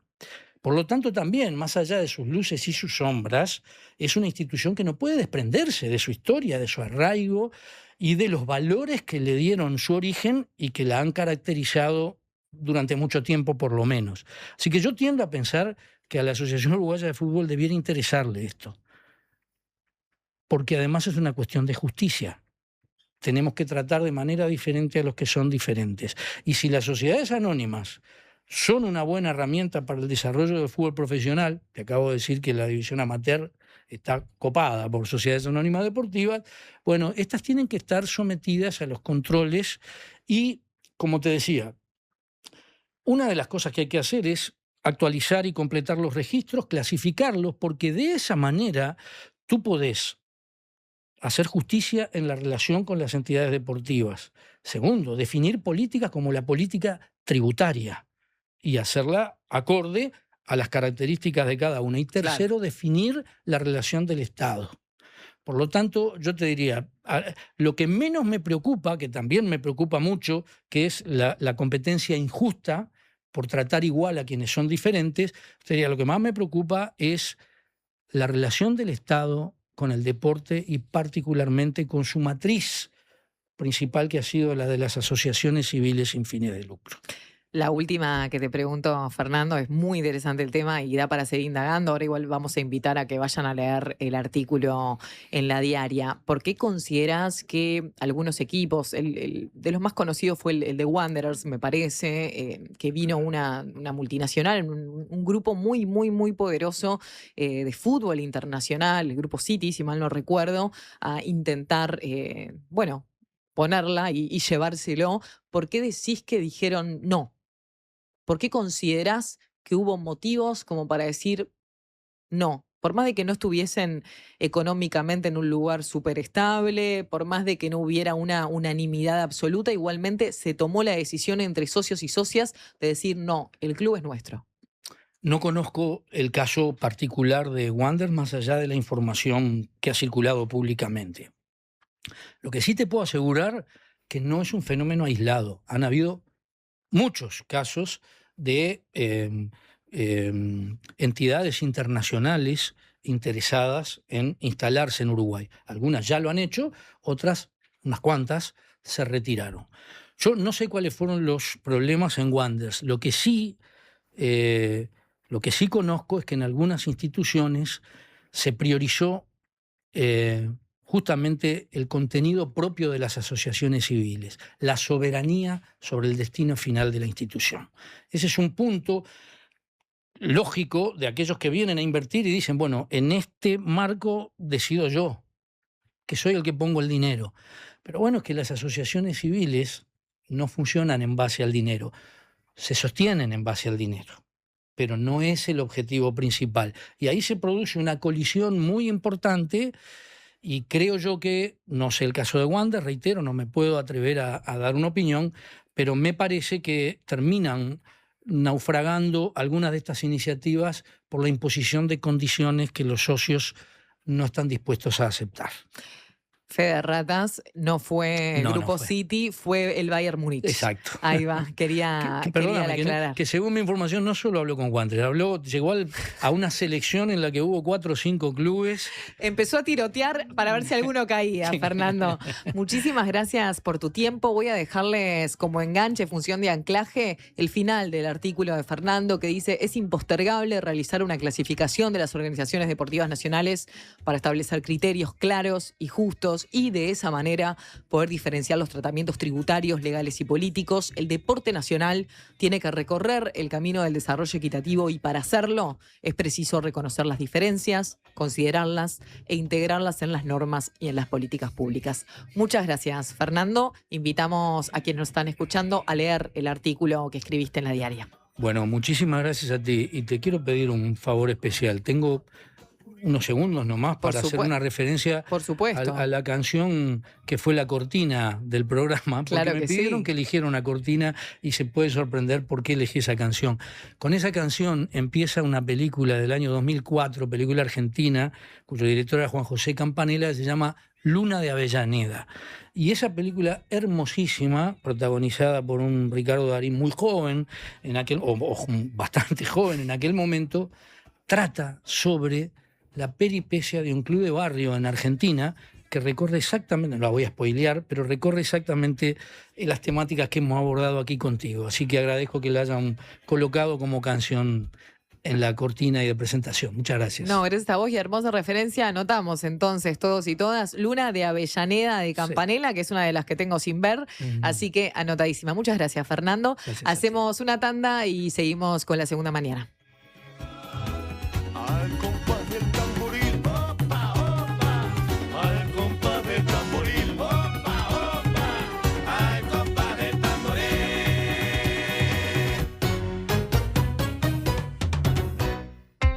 Círculo tenemos los mejores planes para vos y tu familia. Si tenés entre 1 y 20 años, podés afiliarte por tan solo 800 pesos al mes, con más beneficios gratis, el mejor servicio al menor precio y los menores tiempos de espera. Elegí cambiar ahora a la mutualista con el índice de satisfacción más alto y con la red de atención más grande del país, con 5 sanatorios y 50 policlínicos. Afiliate llamando al 1870 o en circulocatólico.com.uy. En el Círculo, estamos con vos. ¿Cómo es estudiar en la UCU? Es abrir la puerta a mundos nuevos. Es aprender con las manos, con la cabeza y con el corazón. Es construir y personalizar tu carrera eligiendo lo que te apasiona. Porque en la UCU sos parte de la propuesta universitaria más innovadora y actualizada del país, que te impulsa a desarrollar tus talentos. Universidad Católica del Uruguay. El futuro que está en vos y en nosotros. Una conversación informada. La Diaria Radio 97.9. Buen día, acá Leo desde Colonia, los escucho siempre desde el laburo, gracias por la compañía todas las mañanas, y aprovecho a mandarle un saludo a mi mejor amiga Belu, que estoy esperando que me venda el Swift. Dale, Belu, dale. Cuando compras un Suzuki 0 kilómetro, los futuros compradores vienen incluidos. Lleva el tuyo vos también y asegurate la reventa. Visítanos en suzuki.com.uy o en cualquier concesionario del país. Suzuki te entiende. Del 7 al 27 de abril, aprovecha las ofertas Super Ahorro en El Dorado y ahorrá más en cada compra. Encontrás superprecios en alimentos, perfumería y limpieza.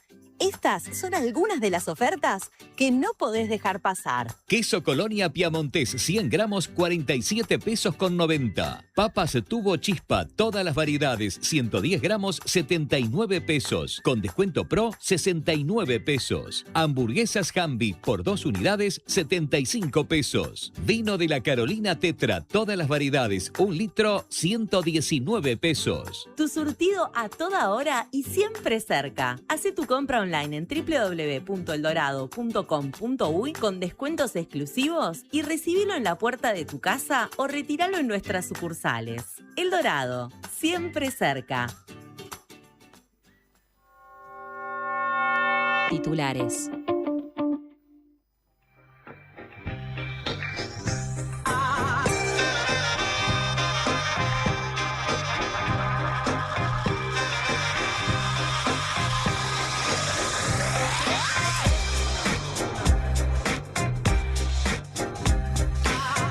Minutos pasan de las 12 del mediodía. Seguimos haciendo la segunda mañana en la capital. En este momento, 23 grados y subiendo. Y así arrancamos con Yamila Silva la actualización de noticias de esta segunda mañana. Nos vamos con los titulares. Ya fueron los titulares, ¿verdad? Atentísima la conductora. ¿Cómo estás, Yami? Bienvenida. Muy bien, Sofi, muy bien, muy bien. Muy contenta en esta segunda semana. ¿Vos? Muy bien. Lo que mata es la humedad. Sí, lo que mata mis neuronas, evidentemente. A todo el mundo, a todo el mundo. Mirá, a mi computadora la mató también la humedad. No sé qué pasó, así que... Ya está afectando a tecnología. Sí. Esto está muy raro. Ya es algo medio distópico.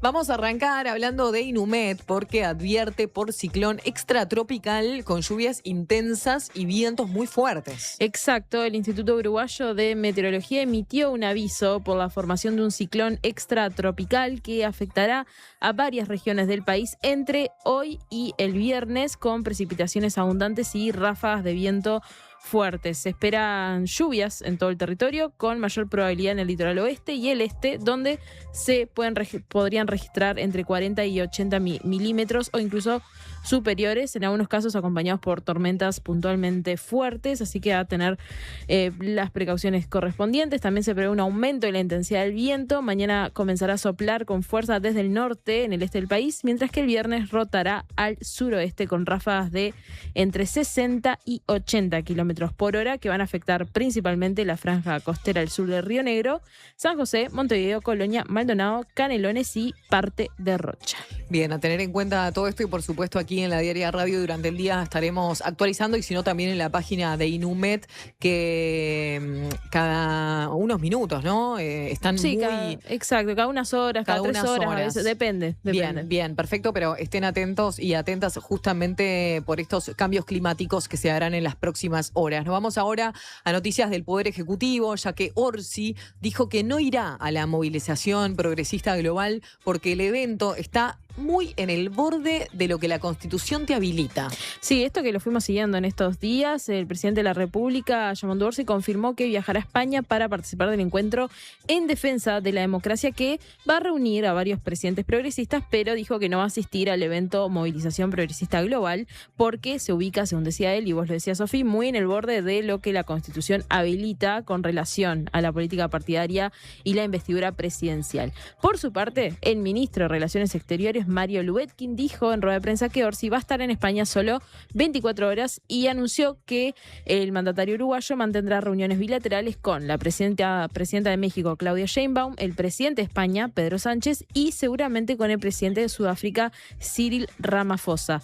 Luetkin dijo que este encuentro en defensa de la democracia del que va a participar Orsi busca dar un mensaje amplio en términos ideológicos y señaló que tiene poco que ver con la tendencia socialdemócrata que representa el presidente Sánchez.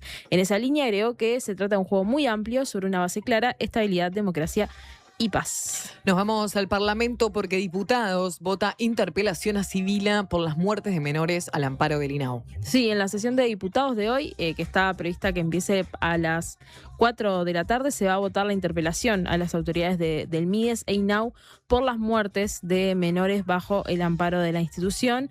Bueno, esta convocatoria que hace de iniciativa del diputado nacionalista Pedro Gisdonian. Recordemos que en lo que va de 2026 se produjeron 3 fallecimientos de menores al amparo del instituto.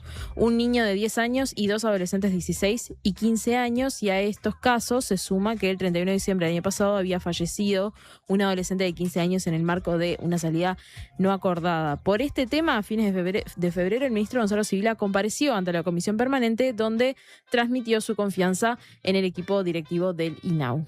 Nos metemos ahora con Conexión Ganadera porque el abogado de los damnificados cuestionó la no formalización de mandos medios que estuvieron involucrados. Sí, hoy por la tarde a las 14 está previsto una movilización para reafirmar el reclamo de los damnificados por Conexión Ganadera frente al Palacio de los Tribunales. El abogado de los afectados, Juan Pablo Decia, se contactó con Panorama Informativo, estuvo en diálogo con nuestra compañera Maggie Correa y precisó que las movilizaciones fueron espontáneas y autoconvocadas a raíz de la falta de avance que se ve más que nada a nivel penal, en la causa. Para el letrado, a 1 año y medio de iniciar la investigación, hay cosas que no deberían estar pasando, decía él, y ejemplificó con el caso de Daniela Cabral, viuda de Gustavo Basso, y escuchamos lo que decía Decia. Pero la manifestación, yendo a tu pregunta, May, puntualmente tiene más que ver con la falta de avances. Si bien reconocemos que han habido avances importantes en lo penal, a 1 año y medio de iniciada la investigación, entendemos que ya hay cosas que no deberían estar pasando y siguen pasando, como ser el mantenimiento de la señora Cabral en arresto domiciliario en Punta del Este, la no formalización de mandos medios que estuvieron involucrados directamente en las maniobras investigadas, que sin su participación hubiera sido imposible concretarlas. ¿De quiénes hablamos en concreto, decía? De esos mandos medios. Y bueno, y los mandos medios, el primero que se me viene a la cabeza es el señor Martín Barto, gerente general de Conexión Ganadera, la persona que desarrolló todo el proyecto de la línea premium de carne Stradivarius. Bueno, subrayó que la causa está en un punto de inflexión, tanto en lo concursal como en lo penal, y recordó que se está trabajando en un acuerdo para hacer una primera distribución de los activos biológicos que se pudieron encontrar en referencia a los animales, que ascienden a una cifra de $35 millones, tal como habíamos informado en la edición de ayer. Seguimos con el caso Moisés Yami, uno de los casos con más resonancia en lo que va del año. Legisladores de la oposición plantean evaluar la posibilidad de que la Asamblea General lo indulte a Moisés. Sí, el senador Andrés Ojeda, la diputada colorada Elian Castro y el cabildante Álvaro Perrone solicitaron un informe técnico a la Dirección Jurídica de la Comisión Administrativa del Poder Legislativo para poder evaluar la viabilidad y los pasos formales para la promoción de un indulto a Moisés Martínez. Recordemos este joven de 28 años que luego de una vida y años de abusos y violencia mató a su padre y fue recientemente condenado a 12 años de prisión por un delito de homicidio especialmente agravado. A modo de fundamento de este pedido de los legisladores, Ojeda, Castro y Perrone señalan que el indulto se vislumbra como una herramienta para evitar que la pena se convierta en una mortificación adicional para una víctima de abuso crónico y remarcan que en la propia sentencia judicial se reconoce un historial de torturas y violencia sistemática que el Estado no pudo prevenir a tiempo a pesar de existir antecedentes de condena previos contra la víctima en el año 2010 por delitos sexuales contra su propia hija. Los legisladores opositores pidieron que la Dirección Jurídica se explaye sobre la aplicación del artículo 85 de la Constitución de la República, cuyo numeral 14 otorga a la Asamblea General la facultad de conceder indultos por 2/3 de votos y si ese indulto puede aplicarse antes de que exista una sentencia firme. Bien, estén atentos y atentas porque mañana viene Eliane Castro a Panorama Informativo justamente para desarrollar este tema. Nos vamos a otro caso ahora, que es el de Jonathan Correa. Ministerio del Interior reconoció en el Parlamento que hubo fallas en este caso. Sí, este es otro de los casos que están que generan bastante conmoción y siguen dando repercusiones, ¿no? Porque ayer la Comisión de Población y Desarrollo de la Cámara de Diputados recibió a la subsecretaria del Ministerio del Interior, quien estaba ejerciendo como ministra, Gabriela Valverde, para obtener información sobre la actuación de la cartera en el caso de Jonathan Correa, este adolescente de 15 años que fue asesinado por su padre a principios de marzo de este año. La convocatoria a las autoridades del ministerio fue realizada por los diputados colorados Felipe Schipani y Conrado Rodríguez, en una seguidilla de otras instituciones que también van a acudir a la comisión. Ya fue el INAU la semana pasada. En una rueda de prensa, Schipani dijo que Valverde admitió que hubo fallas muy importantes del Ministerio del Interior. Hubo una investigación cuando se dio esta situación del asesinato de Jonathan Correa y a partir de esa investigación hoy hay sumarios a funcionarios policiales, comentó Schipani. La diputada de Frente Amplio, Tatiana Antunes, dijo en una rueda de prensa, que Valverde informó que en 2023 había habido otra denuncia contra el padre de Jonathan por violencia doméstica y según supo La Diaria, esa denuncia se tipificó como violencia doméstica y se dio cuenta al juzgado, pero no se siguieron las actuaciones correspondientes. Veremos cómo continúa este caso. Por otro lado, el sindicato de Pedido Ya se movilizó este martes por el homicidio de un trabajador. Sí, la Unión de Trabajadores de Pedido Ya se movilizó ayer en Plaza Independencia para expresar su dolor y consternación ante el asesinato de un trabajador. Esto, recordemos que en la tarde del lunes, un repartidor que trabajaba para Pedido Ya murió en el Hospital Maciel a causa de una herida provocada por un objeto punzante. Según contaban los testigos, el hecho se originó en una discusión relacionada con el tránsito que generó que un hombre bajara de un auto y atacara a la víctima que conducía una moto. El gremio llamó a los trabajadores del interior del país a concentrarse en sus respectivas localidades con el objetivo de realizar un llamado a la conciencia colectiva y exigir justicia, así como para visibilizar la situación de vulnerabilidad en la que se encuentran quienes desarrollan tareas en el sector. Y en esa línea es que Claribel Blanco, dirigente del sindicato, dijo a La Diaria que los deliveries están totalmente desprotegidos en la calle para ejercer su trabajo y lamentó el homicidio del trabajador, sobre quien comentó que era de origen venezolano y que hacía años que trabajaba para la empresa. Internacionales. Nos vamos con las noticias internacionales porque el izquierdista Roberto Sánchez se ubica en el segundo lugar en las elecciones de Perú. Sí, hasta ayer la situación política en Perú tenía incertidumbre todavía, porque después de 3 días de realizadas las elecciones generales en el país, todavía no está definido quién iba a ser el candidato que pasara a la segunda vuelta con Keiko Fujimori, que ya se había ubicado en el primer lugar para esa segunda vuelta del 7 de junio. Pero ahora, con más del el 89%, eso es muy importante, el 89% de las actas escrutadas, el candidato izquierdista Roberto Sánchez salió del 6º puesto y lo desplazó al segundo lugar por un margen muy muy estrecho a Rafael López Aliaga, candidato de derecha. De todas formas, por eso decía que esto del 89% es importante, el resultado todavía puede variar porque faltan un porcentaje de las mesas para escrutar. Sánchez es un psicólogo de 57 años y es el heredero político del expresidente Pedro Castillo, quien ahora está preso por conspiración luego de un intento fallido de autogolpe de Estado. Según informó El País de España, la escalada de Sánchez está vinculada al conteo tardío del voto rural, donde, tiene más llegada este candidato. Seguimos con internacionales y nos vamos ahora a la portada de la diaria de la jornada de hoy, miércoles 15 de abril.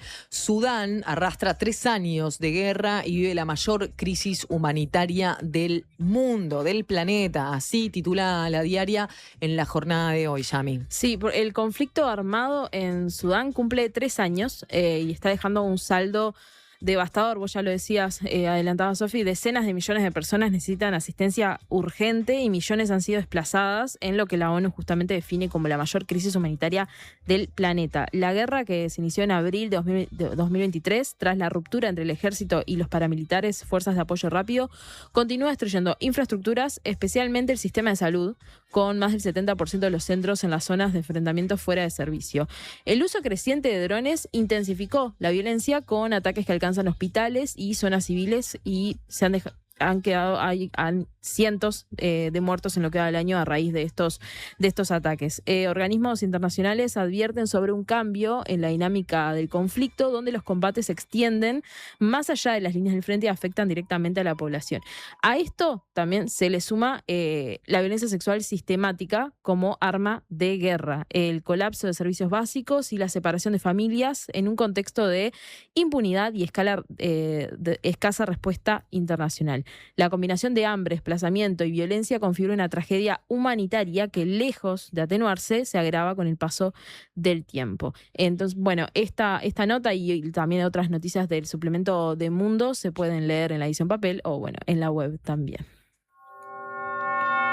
Deportes. Nos vamos a las noticias deportivas. Ayer hubo Copa Libertadores y Nacional ganó y lidera su grupo. Exacto, Nacional derrotó a Deportes Tolima por 3-1 en el Gran Parque Central por la segunda fecha del Grupo B de la Copa Libertadores de América. Los goles de la victoria tricolor fueron convertidos por Maximiliano Gómez, Sebastián Coates y Nicolás Diente López. Con la victoria, Nacional mantiene su invicto y lidera el grupo con 4 puntos. Tras 2 partidos en 2 semanas, la Libertadores se toma un descanso hasta fines de mes. Cuando se reinicie, los tricolores jugarán como visitantes en Lima, cuando el 29 de abril visiten a Universitario. En la vereda de enfrente, Peñarol se prepara para recibir a Platense en el campeón del siglo el jueves a las 21:30. Tras la primera fecha, los carboneros llegan con un punto producto del empate en Colombia, mientras que los argentinos perdieron como locales ante Corinthians. Peñarol, que está con un gran dilema por su jugador estrella, Leo Fernández, que está con una situación complicada, sanitaria, respecto a una de sus rodillas, siendo obviamente analizado en estas horas. Todavía no hay un informe médico correspondiente, por supuesto, ni bien lo tengamos, lo estaremos informando, valga la redundancia. Nos vamos ahora con la selección femenina de Uruguay, que ganó en la altura y sigue en carrera rumbo al Mundial. Exactamente. Vencieron 2-1 a Bolivia en el Alto. Esto es importante también porque era uno de los escenarios más exigentes del continente por los más de 4.000 metros de altura. Ni siquiera nos podemos imaginar cuántos son 4.000 metros de altura acá. Y la selección femenina se mantiene con vida en la pelea por la clasificación al Mundial de 2027. El equipo celeste consiguió su primera victoria en el torneo gracias a una actuación sólida y efectiva con un doblete de Esperanza Pizarro como figura en un partido donde supo imponerse pese a las dificultades físicas propias del contexto. Con estos 3 puntos, Uruguay toma impulso en la tabla y encara con mejores perspectivas los próximos compromisos en un cierre de competencia donde cada resultado va a ser determinante para sostener el sueño mundialista. El próximo partido va a ser este sábado, si no me equivoco, en el Centenario con Chile. Excelente la actualización informativa, Yami. Nos vamos a despedir. Hoy no con una gran casaca, pero sí con una gran canción porque está sonando Santa Maradona de Manu Chao. Nunca me acuerdo si es de Manu Chao o de Mano Negra. Es de Mano Negra, ¿no? Sí, es de las anteriores del gran Mano Negra, que estuvo acá en Uruguay, la rompió toda, marcó un antes y un después en AFE, que esperemos, y acá está el deseo de todos y todas, que se vuelva a convertir en eso que fue y en muchísimo más. Gracias, Yami, por este espacio, y nos reencontramos mañana cuando sean las 12 del mediodía. Nos reencontramos mañana, Sofi. Hacemos una tanda y seguimos con la segunda mañana. Ya se viene José Gabriel Lagos.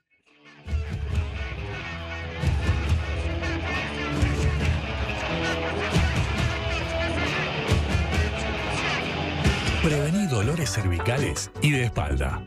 Ajustá la altura de la pantalla. Elegí sillas con buena sujeción lumbar. Prevení. Preasociate a la Española. 1920-1234 o preasociate.com. Las estafas digitales son cada vez más frecuentes y pueden ser difíciles de detectar porque parecen reales. Prende la lamparita. Desde UTE nunca vamos a pedir contraseñas, códigos o números de tarjeta. Si te llaman, escriben o mandan links dudosos, corta. No sigas la corriente. Verificá siempre a través de los canales oficiales. Informate más en ute.com.uy. El Alemán al Auditorio del Sodre. Último disco de Gerardo Dorado, El Alemán. Yo, ¿quién sería? ¿Cuál es la pintura que te esconde? El Alemán.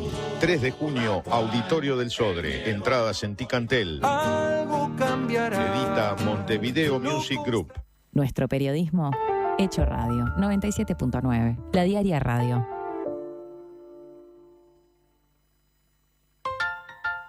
Cuando necesites pinturas, materiales, accesorios, insumos para sanitaria y construcción, pensá en A Todo Color. 5 sucursales en Montevideo, Maldonado, Minas y San José. Además, envíos a todo el Uruguay. En pinturas, sanitaria y construcción, todo lo que necesites está en A Todo Color. atodocolor.com.uy. A Todo Color. Otoño en la Zabala. En mayo, un nuevo ciclo de teatro en la sala Zabala Muniz del Teatro Solís. Margaritas en el mar, de Rosana Mutarelli. Versión y dirección, Sergio Luján. Cassandra, texto de Sergio Blanco. Dirección de Roxana Blanco. Animales de Dios, dramaturgia de Marianela Morena y Florencia Caballero Bianchi. Reykjavik, de Juan Mayorga. Dirección de Mariana Weinstein. Otoño en la Zabala. Historias con las que construimos pasado y presente. Entradas en venta en Ticantel y boletería del teatro.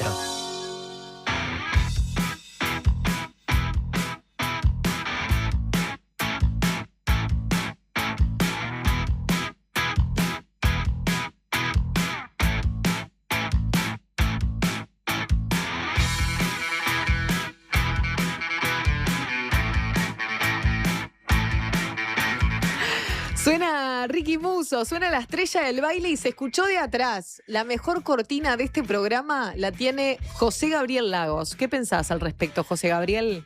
Bueno, hay tiempo de que los demás mejoren sus cortinas. Oh, poniendo la vara alta y presionando. No, a mí me gusta la de este programa, hablando en serio. ¿Sí? Sí, Bien. me gusta mucho cómo arranca. Sí, gracias. Sí. Podrías considerarla productor también, ¿no? Porque fue que gritó, de los columnistas, ahí la quiso arreglar. Pero no, realmente invita a bailar la estrella del baile de Ricky Musso. Y escucharla quiere decir que está José Gabriel Lagos aquí con nosotros para hablar de cultura, que si bien siempre estamos tocando y estamos ahí en la vuelta de lo cultural, con vos, José Gabriel, nos metemos de lleno. Y vamos a arrancar, si te parece, con algunas recomendaciones de libro, con la excusa del premio a la gran Samantha Schweblin, ¿no? Que fue la noticia mediática, sobre todo por el monto que ganó también. Claro, fue el jueves pasado. Yo estaba medio como en otra, porque estaba como muy metido en el suplemento que sacamos, que lleva un rato de editarlo. ¿El de Citarrosa o el de que se viene ahora? Ahí va. El de Citarrosa. Está... Después, si querés, hablamos del próximo. Dale, porque estuvo buenísimo el de Citarrosa, que no te lo llegué a decir porque la columna fue antes y realmente fue espectacular. Estuvo muy bueno. Vino Nacho Martínez, que hizo como la nota de tapa. Estuvo después en el programa de Carlos. Sí. Contando un poco más y pasando audios. Dio para varias cosas. Quedó muy lindo todo lo de Machín, la contratapa de Soledad Platero contando su relación con Citarrosa y con su infancia, con la poesía. Está muy lindo. Entonces estabas medio en esa y de repente te enteraste que una escritora ganó 1 millón de euros. Y dijiste, diciendo, ¿por qué esto no me pasó a mí? ¿Por qué no me pasó a mí? No, yo pensé, ¿por qué no pasó otro día que lo podía haber agarrado más temprano? Entonces lo dimos esa noche y salió con una foto de la contratapa. Pero, vos sabés que, claro, vos sabés que el Nobel, yo estaba mirando, el Nobel da un poquito menos de plata. Lo da creo que en coronas suecas, pero son equivalentes, sí, es un poco menos de 1 millón de euros. El premio de la editorial Planeta también anda por ahí. El Nobel lo que tiene es Bueno, claro. prestige, ¿no? Claro, era la primera edición de un premio que lo organiza AENA, que yo me enteré ahí, obviamente, es como una empresa público-privada, así como la FAP de la República, así, ese tipo de empresa, pero que gestiona los aeropuertos españoles y que, bueno, como que era una campaña prestigiosa. Entonces premiaron un libro, no una escritora, sino un libro que sacó el año pasado Samantha Schweblin, que se llama El Buen Mal. Es un libro que tiene 6 cuentos. Después, cuando vayamos a un tema, me lo dejé en la mochila, lo podemos ¿Lo tenés el mostrar. libro Sí, ahí? lo tengo en físico. Igual aprovecho que no lo tengo para decir que muchísimos libros de Samantha Schweblin, están gratis en la Biblioteca País de Ceibal. Y más allá de los libros en sí mismos, también en lecturia.org, ahí encuentran muchísimos cuentos que ella ha escrito sueltos. Sueltos, sí. Y que están increíbles. Es que ahí capaz que podemos, no sé si va a discutir, pero sobre todo es una cuentista. Tiene ahora si querés hablamos de alguna, tiene 2 novelas, hasta donde yo sé. Pero se hizo conocida como cuentista, o sea, en 2002 por ahí apareció su primer libro de cuentos. Y es verdad, hay muchos cuentos que tienen vida propia. Otros salieron en una compilación que se llama Pájaros en la Boca y otros cuentos, que la recontra recomiendo. Ahora abrí acá la página de Ceibal, porque además de los libros están hay audiolibros. O sea que si estás viajando, no querés leer, por lo que sea, la mayoría de los títulos además están en audiolibros. ¿Cómo te llevas con los audiolibros, José Gabriel? Vos sabés que nunca, en principio creo que no tengo problema. Depende de quién los lee. Claro, Sí, que ¿no? a veces el Claro. autor no es la mejor persona. No, pero he usado, yo qué sé, podcast, ese tipo de cosas, o mismo algunas cosas cuando tenía que estudiar, eso me las convertí a audio y me iba caminando en vez de escuchar música, escuchando audiolibros. Pero si estoy en mi casa, no, prefiero El objeto. leer, sí. Sí. O mismo leer en la pantalla, pero Mirá, sos de los del Kindle. Sí, uso todo tipo de cosas. Igual leo mucho en la compu. Me empieza a caer un ídolo. Empieza a bajar. Sí, yo he tenido discusiones. Es una discusión. Pero con gente más grande que vos. No, ¿sabés lo que sucede con esto? Y ya volvemos. Yo soy la peor para enraizar, porque también me voy por todos lados. Pero sí me lo han discutido mucho y me lo han recomendado para viajar.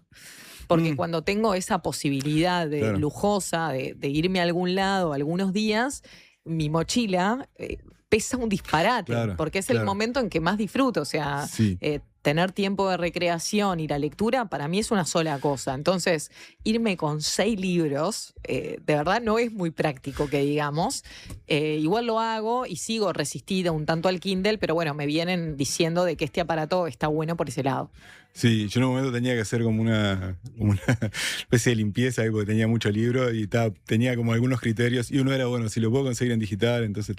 Me deshice mucho libro, pero no. Te desaprendiste de lo material. No de todos, Hablando del buen mal, ¿qué fue lo que te gustó de este libro de cuentos? Bueno, mira, ella, Schweblin, es parte de una serie de escritoras. Capaz que la más conocida es Mariana Enríquez, que también es argentina, ¿no? Son escritoras que están teniendo un súper momento de auge, porque están, además de teniendo el reconocimiento que se merecen en español, están siendo traducidas, ¿no? Entonces, de repente hay ediciones en distintos idiomas. Varias de ellas han ganado premios directamente, ¿no? En Inglaterra, en Estados Unidos o en otras partes. Y lo que estas dos que te nombré juegan mucho con el género del terror, ¿no? De lo perverso, ahí ¿no? está. Del thriller, de lo turbio.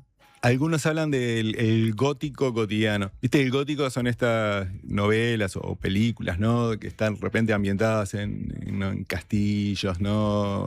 Temas medievales, ¿no?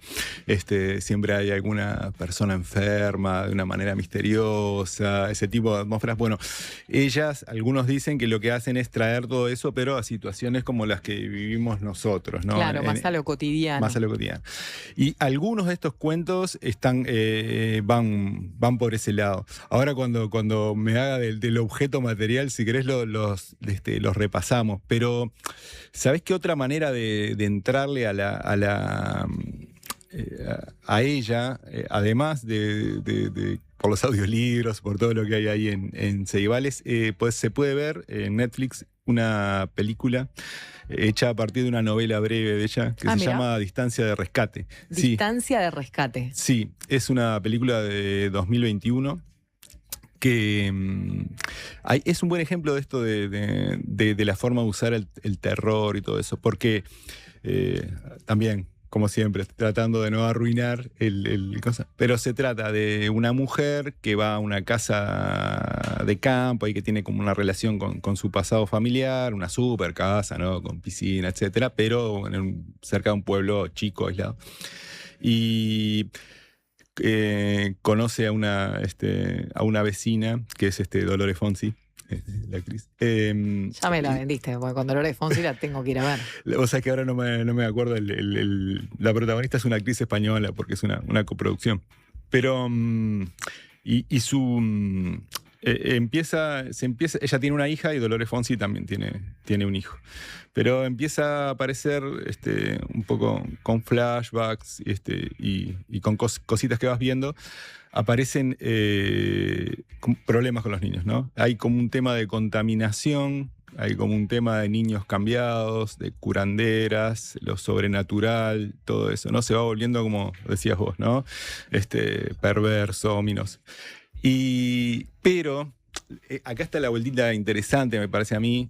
No es que el otro no fuera interesante, pero es que sobre el final de la historia vas descubriendo que además de toda esa manera, digamos, sobrenatural de interpretarla, hay algo muy concreto, que es que un río del que beben, así medio por error, está contaminado con agrotóxicos. Vemos, al final entendemos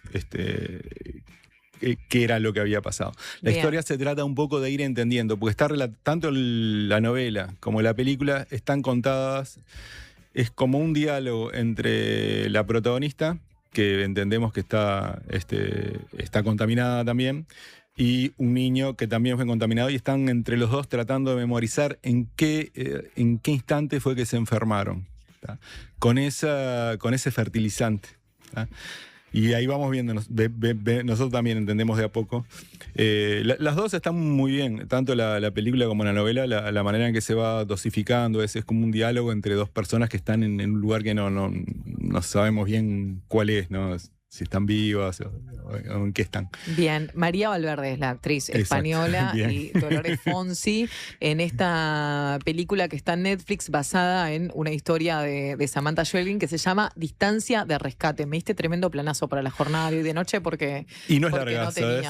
No es una de esas películas, creo que dura una hora y algo. A mí por lo menos recuerdo haberla pasado bien así. Igual hablabas algo, Gabriel, que ya lo traemos también con el buen mal. Nombraste que por acá había esto de la enfermedad, lo vinculaste con los agrotóxicos, en este caso en particular, pero la enfermedad también aparece en los cuentos del buen mal. Es algo que a ella de una forma u otra le interesa y a su vez lo trae a lo cotidiano y lo hace de una forma, por un lado, sensación, ¿no? Perturbadora, sí, pero también empática. No por la parte de la utilización del suspenso o del terror pierde sensibilidad y pierde empatía. Sí, en El Buen Mal yo recuerdo, ahora no me acuerdo el nombre del cuento, pero es uno de los que está por la mitad del libro que... Por favor, producción, voy a hacer este gesto. Producción, tráiganme el libro de El Buen Mal que está en la mochila de Gabriel Lagos, por favor, de José Gabriel. Ahí tenemos al equipo de producción trabajando. Pero pará, yo cometí el mismo error que vos, porque llegué y lo primero que le dije a Lucas fue, no traje el libro. Porque también lo terminé hace poquito y lo puse en un lugar especial de mi biblioteca porque de verdad que me gustó muchísimo este libro de cuentos. Mirá, empezamos 2-0 abajo y ahora vamos 3-2 arriba. Bien, Gabriel, dando vuelta del partido. Pero agarrá el buen mal. A mí me gustó mucho eso que vos decís, tiene que ver con un cuento que se llama El ojo en la garganta. Ese me pareció... ¿Te acordás, Aiva, que está contado? Pues, otra cosa muy interesante de ella es la cantidad de puntos de vista, ¿no? Porque de repente otros escritores, otras escritoras, siempre el personaje o el protagonista, siempre hay como, o el punto de vista es parecido. En este caso ella es la historia de un chiquilín, ¿no? Desde chico que cuenta cómo se enferma, también, como decías vos, traga una pila de una calculadora. Y a partir de ese momento no puede comunicarse por sus propios medios. Y el tema es la relación con el padre, ¿no? Cómo el padre que estaba al cuidado de él en ese momento va reaccionando a lo largo de toda su vida, ¿no? Cómo cambia para siempre la relación entre ellos dos, que es como de incomunicación, justamente, sí. ¿no? Vos sabés que me lo contás y me erizo porque realmente es de los cuentos que más me perturbó, pero a su vez que más me atrapó. Sí. Esa es otra característica que tiene esta escritora, que por eso es una gran cuentista, porque desde el inicio hasta el final te va llevando. Sí, totalmente. No podés, no podés parar. Y hay una cosa también como muy, eso sí, bastante actual. Viste que hay como maneras de repente de empezar un cuento que son como más periodísticas, ¿no? Capaz que es la manera clásica, ¿no? Que vos te vas introduciendo y entendés perfectamente todo. Y generalmente en los cuentos de Schweblin, también el de otras autoras y otros autores contemporáneos, vos en realidad viste que te lleva capaz que un párrafo o varias páginas entender qué está pasando, ¿no? ¿Dónde estamos, no? ¿Por qué este chiquilín habla así? ¿Por qué? ¿Qué es lo que no? ¿Qué le pasó? ¿Qué pasa? ¿Quién es el padre? ¿De quién está hablando? ¿No? Y en varios de estos cuentos pasa eso. Pero es como parte del placer que te da, ¿no? Bueno, hay algo que tendría que entender, pero tengo que seguir un poco más para, ¿no? Totalmente. Son como aventuras así de conocimiento, ¿no? Vos vas como resolviendo ahí, completando algo. Así es un librazo el que escribió. La selección de cuentos es muy buena, por más de que ha tenido muchísimos más. Obviamente me parece que hay una unidad ahí, por más de que no se interconectan unos con otros, que eso también está bueno decirlo, porque a veces hay libros de cuentos que aparecen algunos mismos personajes o el mismo barrio o el mismo lugar físico. En este caso eso no sucede, pero hay algo ahí que funciona como unidad literaria. Así que tremenda recomendación de José Gabriel Lagos, también de quien les habla con la humildad pertinente. Y quería preguntarte, José Gabriel, si podemos encontrar en la escritura uruguaya algo del estilo, de esta cosa de terror, no es terror de miedo, es otra cosa, es como esta cuestión perturbadora, ¿no? Y de perversión, por así decirlo, sin ser ordinaria. Sí, mirá, cuando hablábamos antes de venir, me acordé de este libro que salió hace ya unos años, de Andrea Arismendi, que se llama Cuando eso acecha. Bien, lo voy a anotar porque no lo leí. Salió en 2017, no debe ser difícil, pero tampoco es muy sencillo de conseguir. Salió por Irrupciones, que era a ver, mostrámelo, no te lo voy a robar, te prometo. No, está bien. Era la editorial de Gabriel Sosa, que era un periodista cultural que murió el año pasado o el otro. Y ella es una escritora que sí, que está muy cerca de todo esto del terror, capaz que desde una manera, en algunos casos, más clásica. Hay algunos cuentos de ella que son, viste que decíamos el gótico de antes, ¿no? Bueno, hay algunos cuentos de ellas que son como los de Poe, ¿no? Con esos ambientes de otra época o que no son extraños. Y hay otros, en cambio, que sí, que son de este estilo en que se mezcla con lo contemporáneo, ¿no? Hay el cuento que le da título al libro, es una especie de cuento de zombies, pero que pasa en una ruta de Montevideo a San José. O sea que es de cuentos también el libro. Sí. Es cuentista, ella, sí, básicamente. Hay otros cuentos de ella en otras publicaciones, pero son todos muy interesantes. Algunos son capaz que más kafkianos, y otros sí, son como de esta beta más moderna, pero es súper recomendable. Me hiciste acordar que acá en el Buen Mal, para volver a Joelin, ¿viste acordás que hay un cuento que pasa en Atlántida? De la poeta veterana. Acá en Uruguay. Ese cuento en particular me pareció absolutamente cinematográfico. Uh-huh. Las Cine, chiquilinas que andan por un jardín y se encuentran con esta figura que las atrae, ¿no? Con una casa muy particular, con una señora muy particular. Todo lo que tiene que ver con Atlántida, nosotros que conocemos ese balneario, formidable. Sí. Pero sí, tiene esa característica de invitar a la imaginación y de que realmente sea muy pasible de cine. ¿Alguna recomendación más literaria o enganchada con lo que hicimos tal vez la columna pasada? Sí, te quería... había traído en realidad en mochila también este vino, viajó más. Este vino, dijiste, y casi me entusiasmo. Porque te acordás que habíamos estado hablando sobre la película de Hendler, la de Un cabo Mandrake. suelto, y dijimos que hay una parte de la película que tiene que ver con las diferencias entre uruguayos y argentinos, ¿no? En un plan bastante humorístico, ¿no? Pero más de cosas cotidianas. Este libro es todo lo contrario. Creo que salió también en 2015, 2016. Es un libro que escriben dos historiadores y un investigador literario, cultural, José Rila, Gabriel Quirici y Oscar Brando. Y de lo que habla ahí el subtítulo, no sé si vos llegás a verlo, dice Uruguayos y argentinos, voces de una hermandad accidentada. Está abordado en otro plan, ¿no? En plan histórico, entre la investigación y el ensayo. ¿Por qué, en qué momento o en qué cosas divergen y en qué cosas siguen siendo, obviamente, seguimos estando ligados con Argentina? Entonces, de repente, Rila toma un poco más la historia reciente, vamos a ponerle desde la época de Perón hasta acá, ¿no? De mediados del siglo XX. Entonces, ¿en qué se diferencian el peronismo y el vallismo?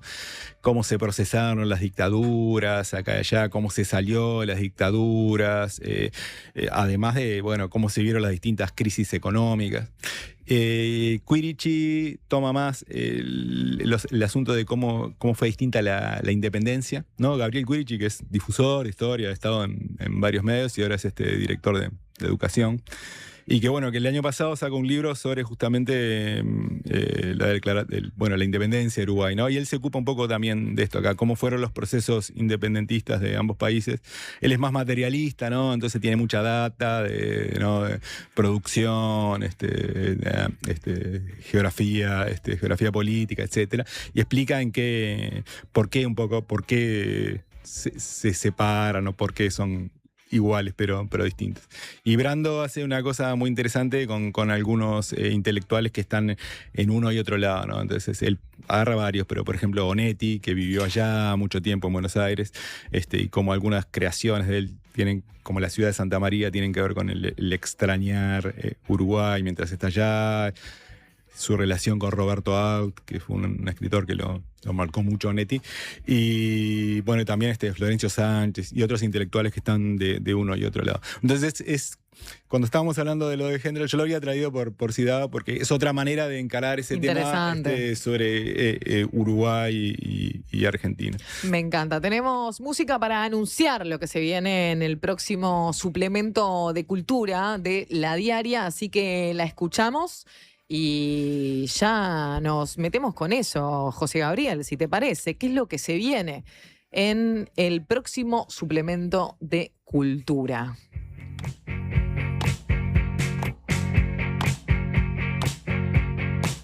Cold-blooded old times.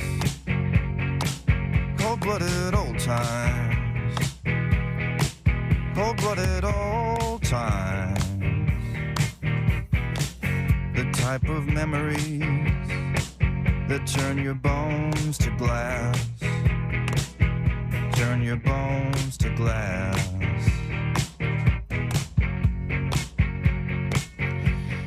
Quienes nos están viendo por streaming ven que yo le hago señas a José Gabriel. No lo estoy maltratando, ¿eh? Esto es una buena conversación, ¿verdad? ¿La estás pasando bien, José Gabriel? Pasamos bien. ¿La conductora te trata de forma amable? Me trata correctamente. Es más por una cuestión de timing y que, claro, como está la cámara se ve, si esto fuera radio, nada tendría por qué estar siendo explícito, pero bueno, lo es. ¿Qué se viene en el próximo suplemento de cultura, José Gabriel? Se viene, por eso sonaba Smog, que también es el nombre de Bill Callahan. Ahora él sale con su nombre solista y tengo muchas ganas de leer en serio la contratapa del suple. Empiezo por atrás, porque para enganchar con la música siempre es como un toque personal de algún tema. Bueno, con él, con Martín Betancourt, que es un escritor uruguayo también muy importante, así muy reconocido, un gran escritor uruguayo.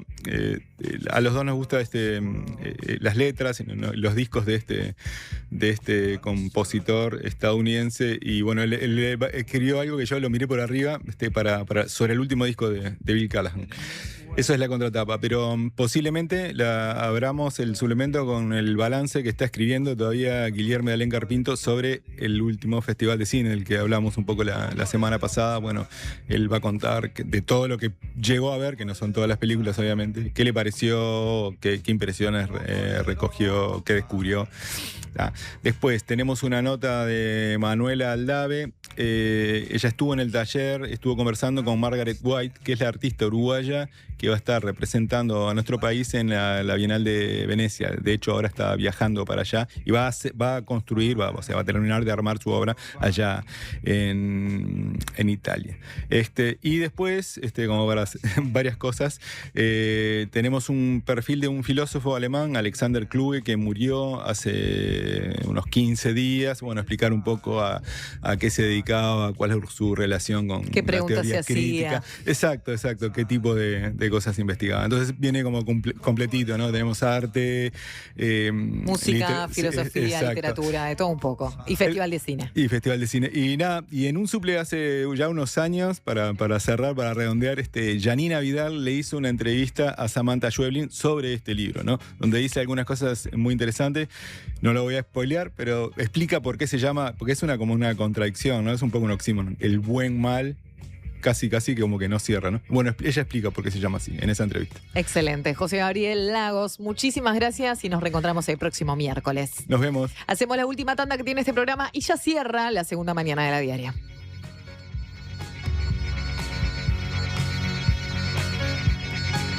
¿Qué es mejor? ¿La hamburguesa o el choripán? ¿La Rambla o el parque? Nosotros no sabemos. Lo que sí sabemos es que para cobrar tu sueldo, mejor en tu banco. Es mejor porque abrís tu cuenta 100% online y porque tenés la nueva tarjeta internacional Brow Recompensa Mastercard Débito. También es mejor porque tenés adelanto de sueldo sin intereses. Y es mejor porque tenés la seguridad y confianza de siempre en el banco de siempre. Abrí tu cuenta sueldo a través de eBrow. Te lo repito, tu sueldo mejor en tu banco. Banco República, nuestro banco país. Infórmese sobre la garantía de depósitos en su institución de intermediación financiera o en www.copap.org.uy o vía infocopap@copap.org.uy. ¿Sabías que en Uruguay hay más de 500 especies de aves? Podés encontrarlas todas en la Guía de Aves del Uruguay de Gabriel Rocha, un libro que incluye fotografías y códigos QR con videos y cantos de cada especie para conocerlas en profundidad. Pedí Aves del Uruguay en todas las librerías. Ediciones de la Banda Oriental, Territorio de Libros. Hola, ¿estás escuchando Diversidad de Opiniones? ¿Estás bien? Estás en la Diaria Radio 97.9.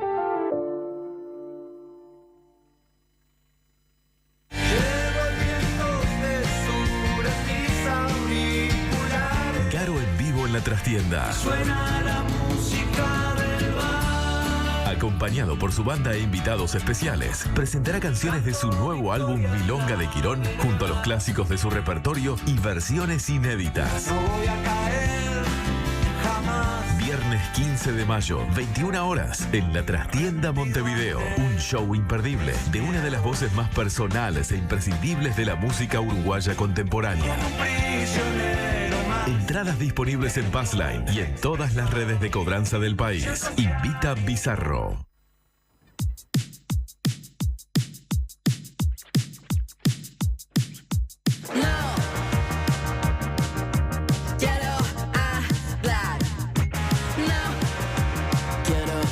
Últimos minutos de este programa, ya se viene la colmena, ya está aquí Caro García para darles un gran programa en este miércoles de muchísima humedad, con 23 grados en la capital y con advertencia meteorológica para gran parte del país. Lucas Lavandera, tenemos muchos mensajes. Tenemos mucha gente que se comunica, mucha gente que me estuvo dando consejos, muy similares a los que me diste vos. El tema del precalentado parece que es central para que una milanesa al horno no quede seca. Si alguien se acaba de prender, Lucas arrancó el programa diciendo: ayúdenme a hacer milanesas al horno y que no me queden secas como no sé, como algo, como un plástico. En un nivel de amateurismo de mi parte notable. Bueno, pero bien la audiencia que te está dando una mano. Sí, por ejemplo, Lucas. alguien acá me dice, si no querés olor, podés fritar afuera. Y por ejemplo, acá alguien me manda que Pero, justo... ¿tenés justo, afuera?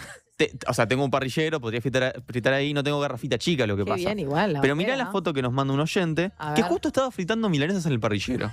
Tremendo, mientras nos miraban. Con la Espectacular. garrafita de 12 kilos, fritando milanesas afuera, eso es tener carpeta, señores tener y señoras. carpeta. Y aparte, qué rico una milanesa frita. Qué rico. Y después un oyente que me decía, Luca, te recomiendo que las hagas vos. Y me pasó una receta espectacular para hacerla, que me la llevo, me la dejé acá en mi celular, así que quizá voy a incursionar en hacerla yo mismo. Me encantaría las que milanesas. te lo pongas como objetivo para este fin de semana, porque sé que estás con mucho trabajo entre semana. Y traigo el lunes para corroborar. El lunes no es que tenés que traer para compartir, pero sí, por lo menos alguna foto que traigan, dice, que traigas. Pero sí alguna foto y decir, mirá cómo me quedaron, Sofi. Lo voy a intentar. Mirá Bien. después qué lindo este mensaje. Dice, trabajando como todas las mañanas por la zona comercial. Los descubrí hoy y me gustó de primera la buena onda. Suerte. Esperemos que siga del Qué otro lado en bien, este aguante momento. la comercial aparte. Y dos cositas más. Primero, acá un oyente nos mandaba, mirá esto, podrían hablar del disco que saca el Alemán. Y entonces la producción se puso a trabajar rápidamente y cerramos el Alemán. Va a estar el miércoles 29 de abril en la segunda mañana de la diaria. A pedido de los oyentes. A pedido de los oyentes, trabajamos por y para ustedes. Lo que quieran, En 5 lo tienen. minutos Lo que lo quieran, lo conseguimos. tienen. Esto es así. Y por último, estuvimos hablando sobre las sociedades anónimas deportivas Sí. y nos escribió un oyente. City Torque ganó en Chile ayer y hay que destacarlo, ¿verdad? Así que bueno, la sociedad anónima sacando adelante el fútbol uruguayo. Se utiliza la ironía, el que la capta y el que no. Lo lamento, pero sí, fue un gran espacio de Fernando Cáceres con su artículo en Posturas que invitamos a todos y a todas a leerlos. Ha sido un placer, Lucas. gusto. Gracias a todo el equipo por hacer de esta producción y de este programa algo posible. Se quedan con la colmena, ya viene Caro García y Mati Capek, así que no se muevan de ahí. Nosotros nos reencontramos mañana cuando sean las 11 con la segunda.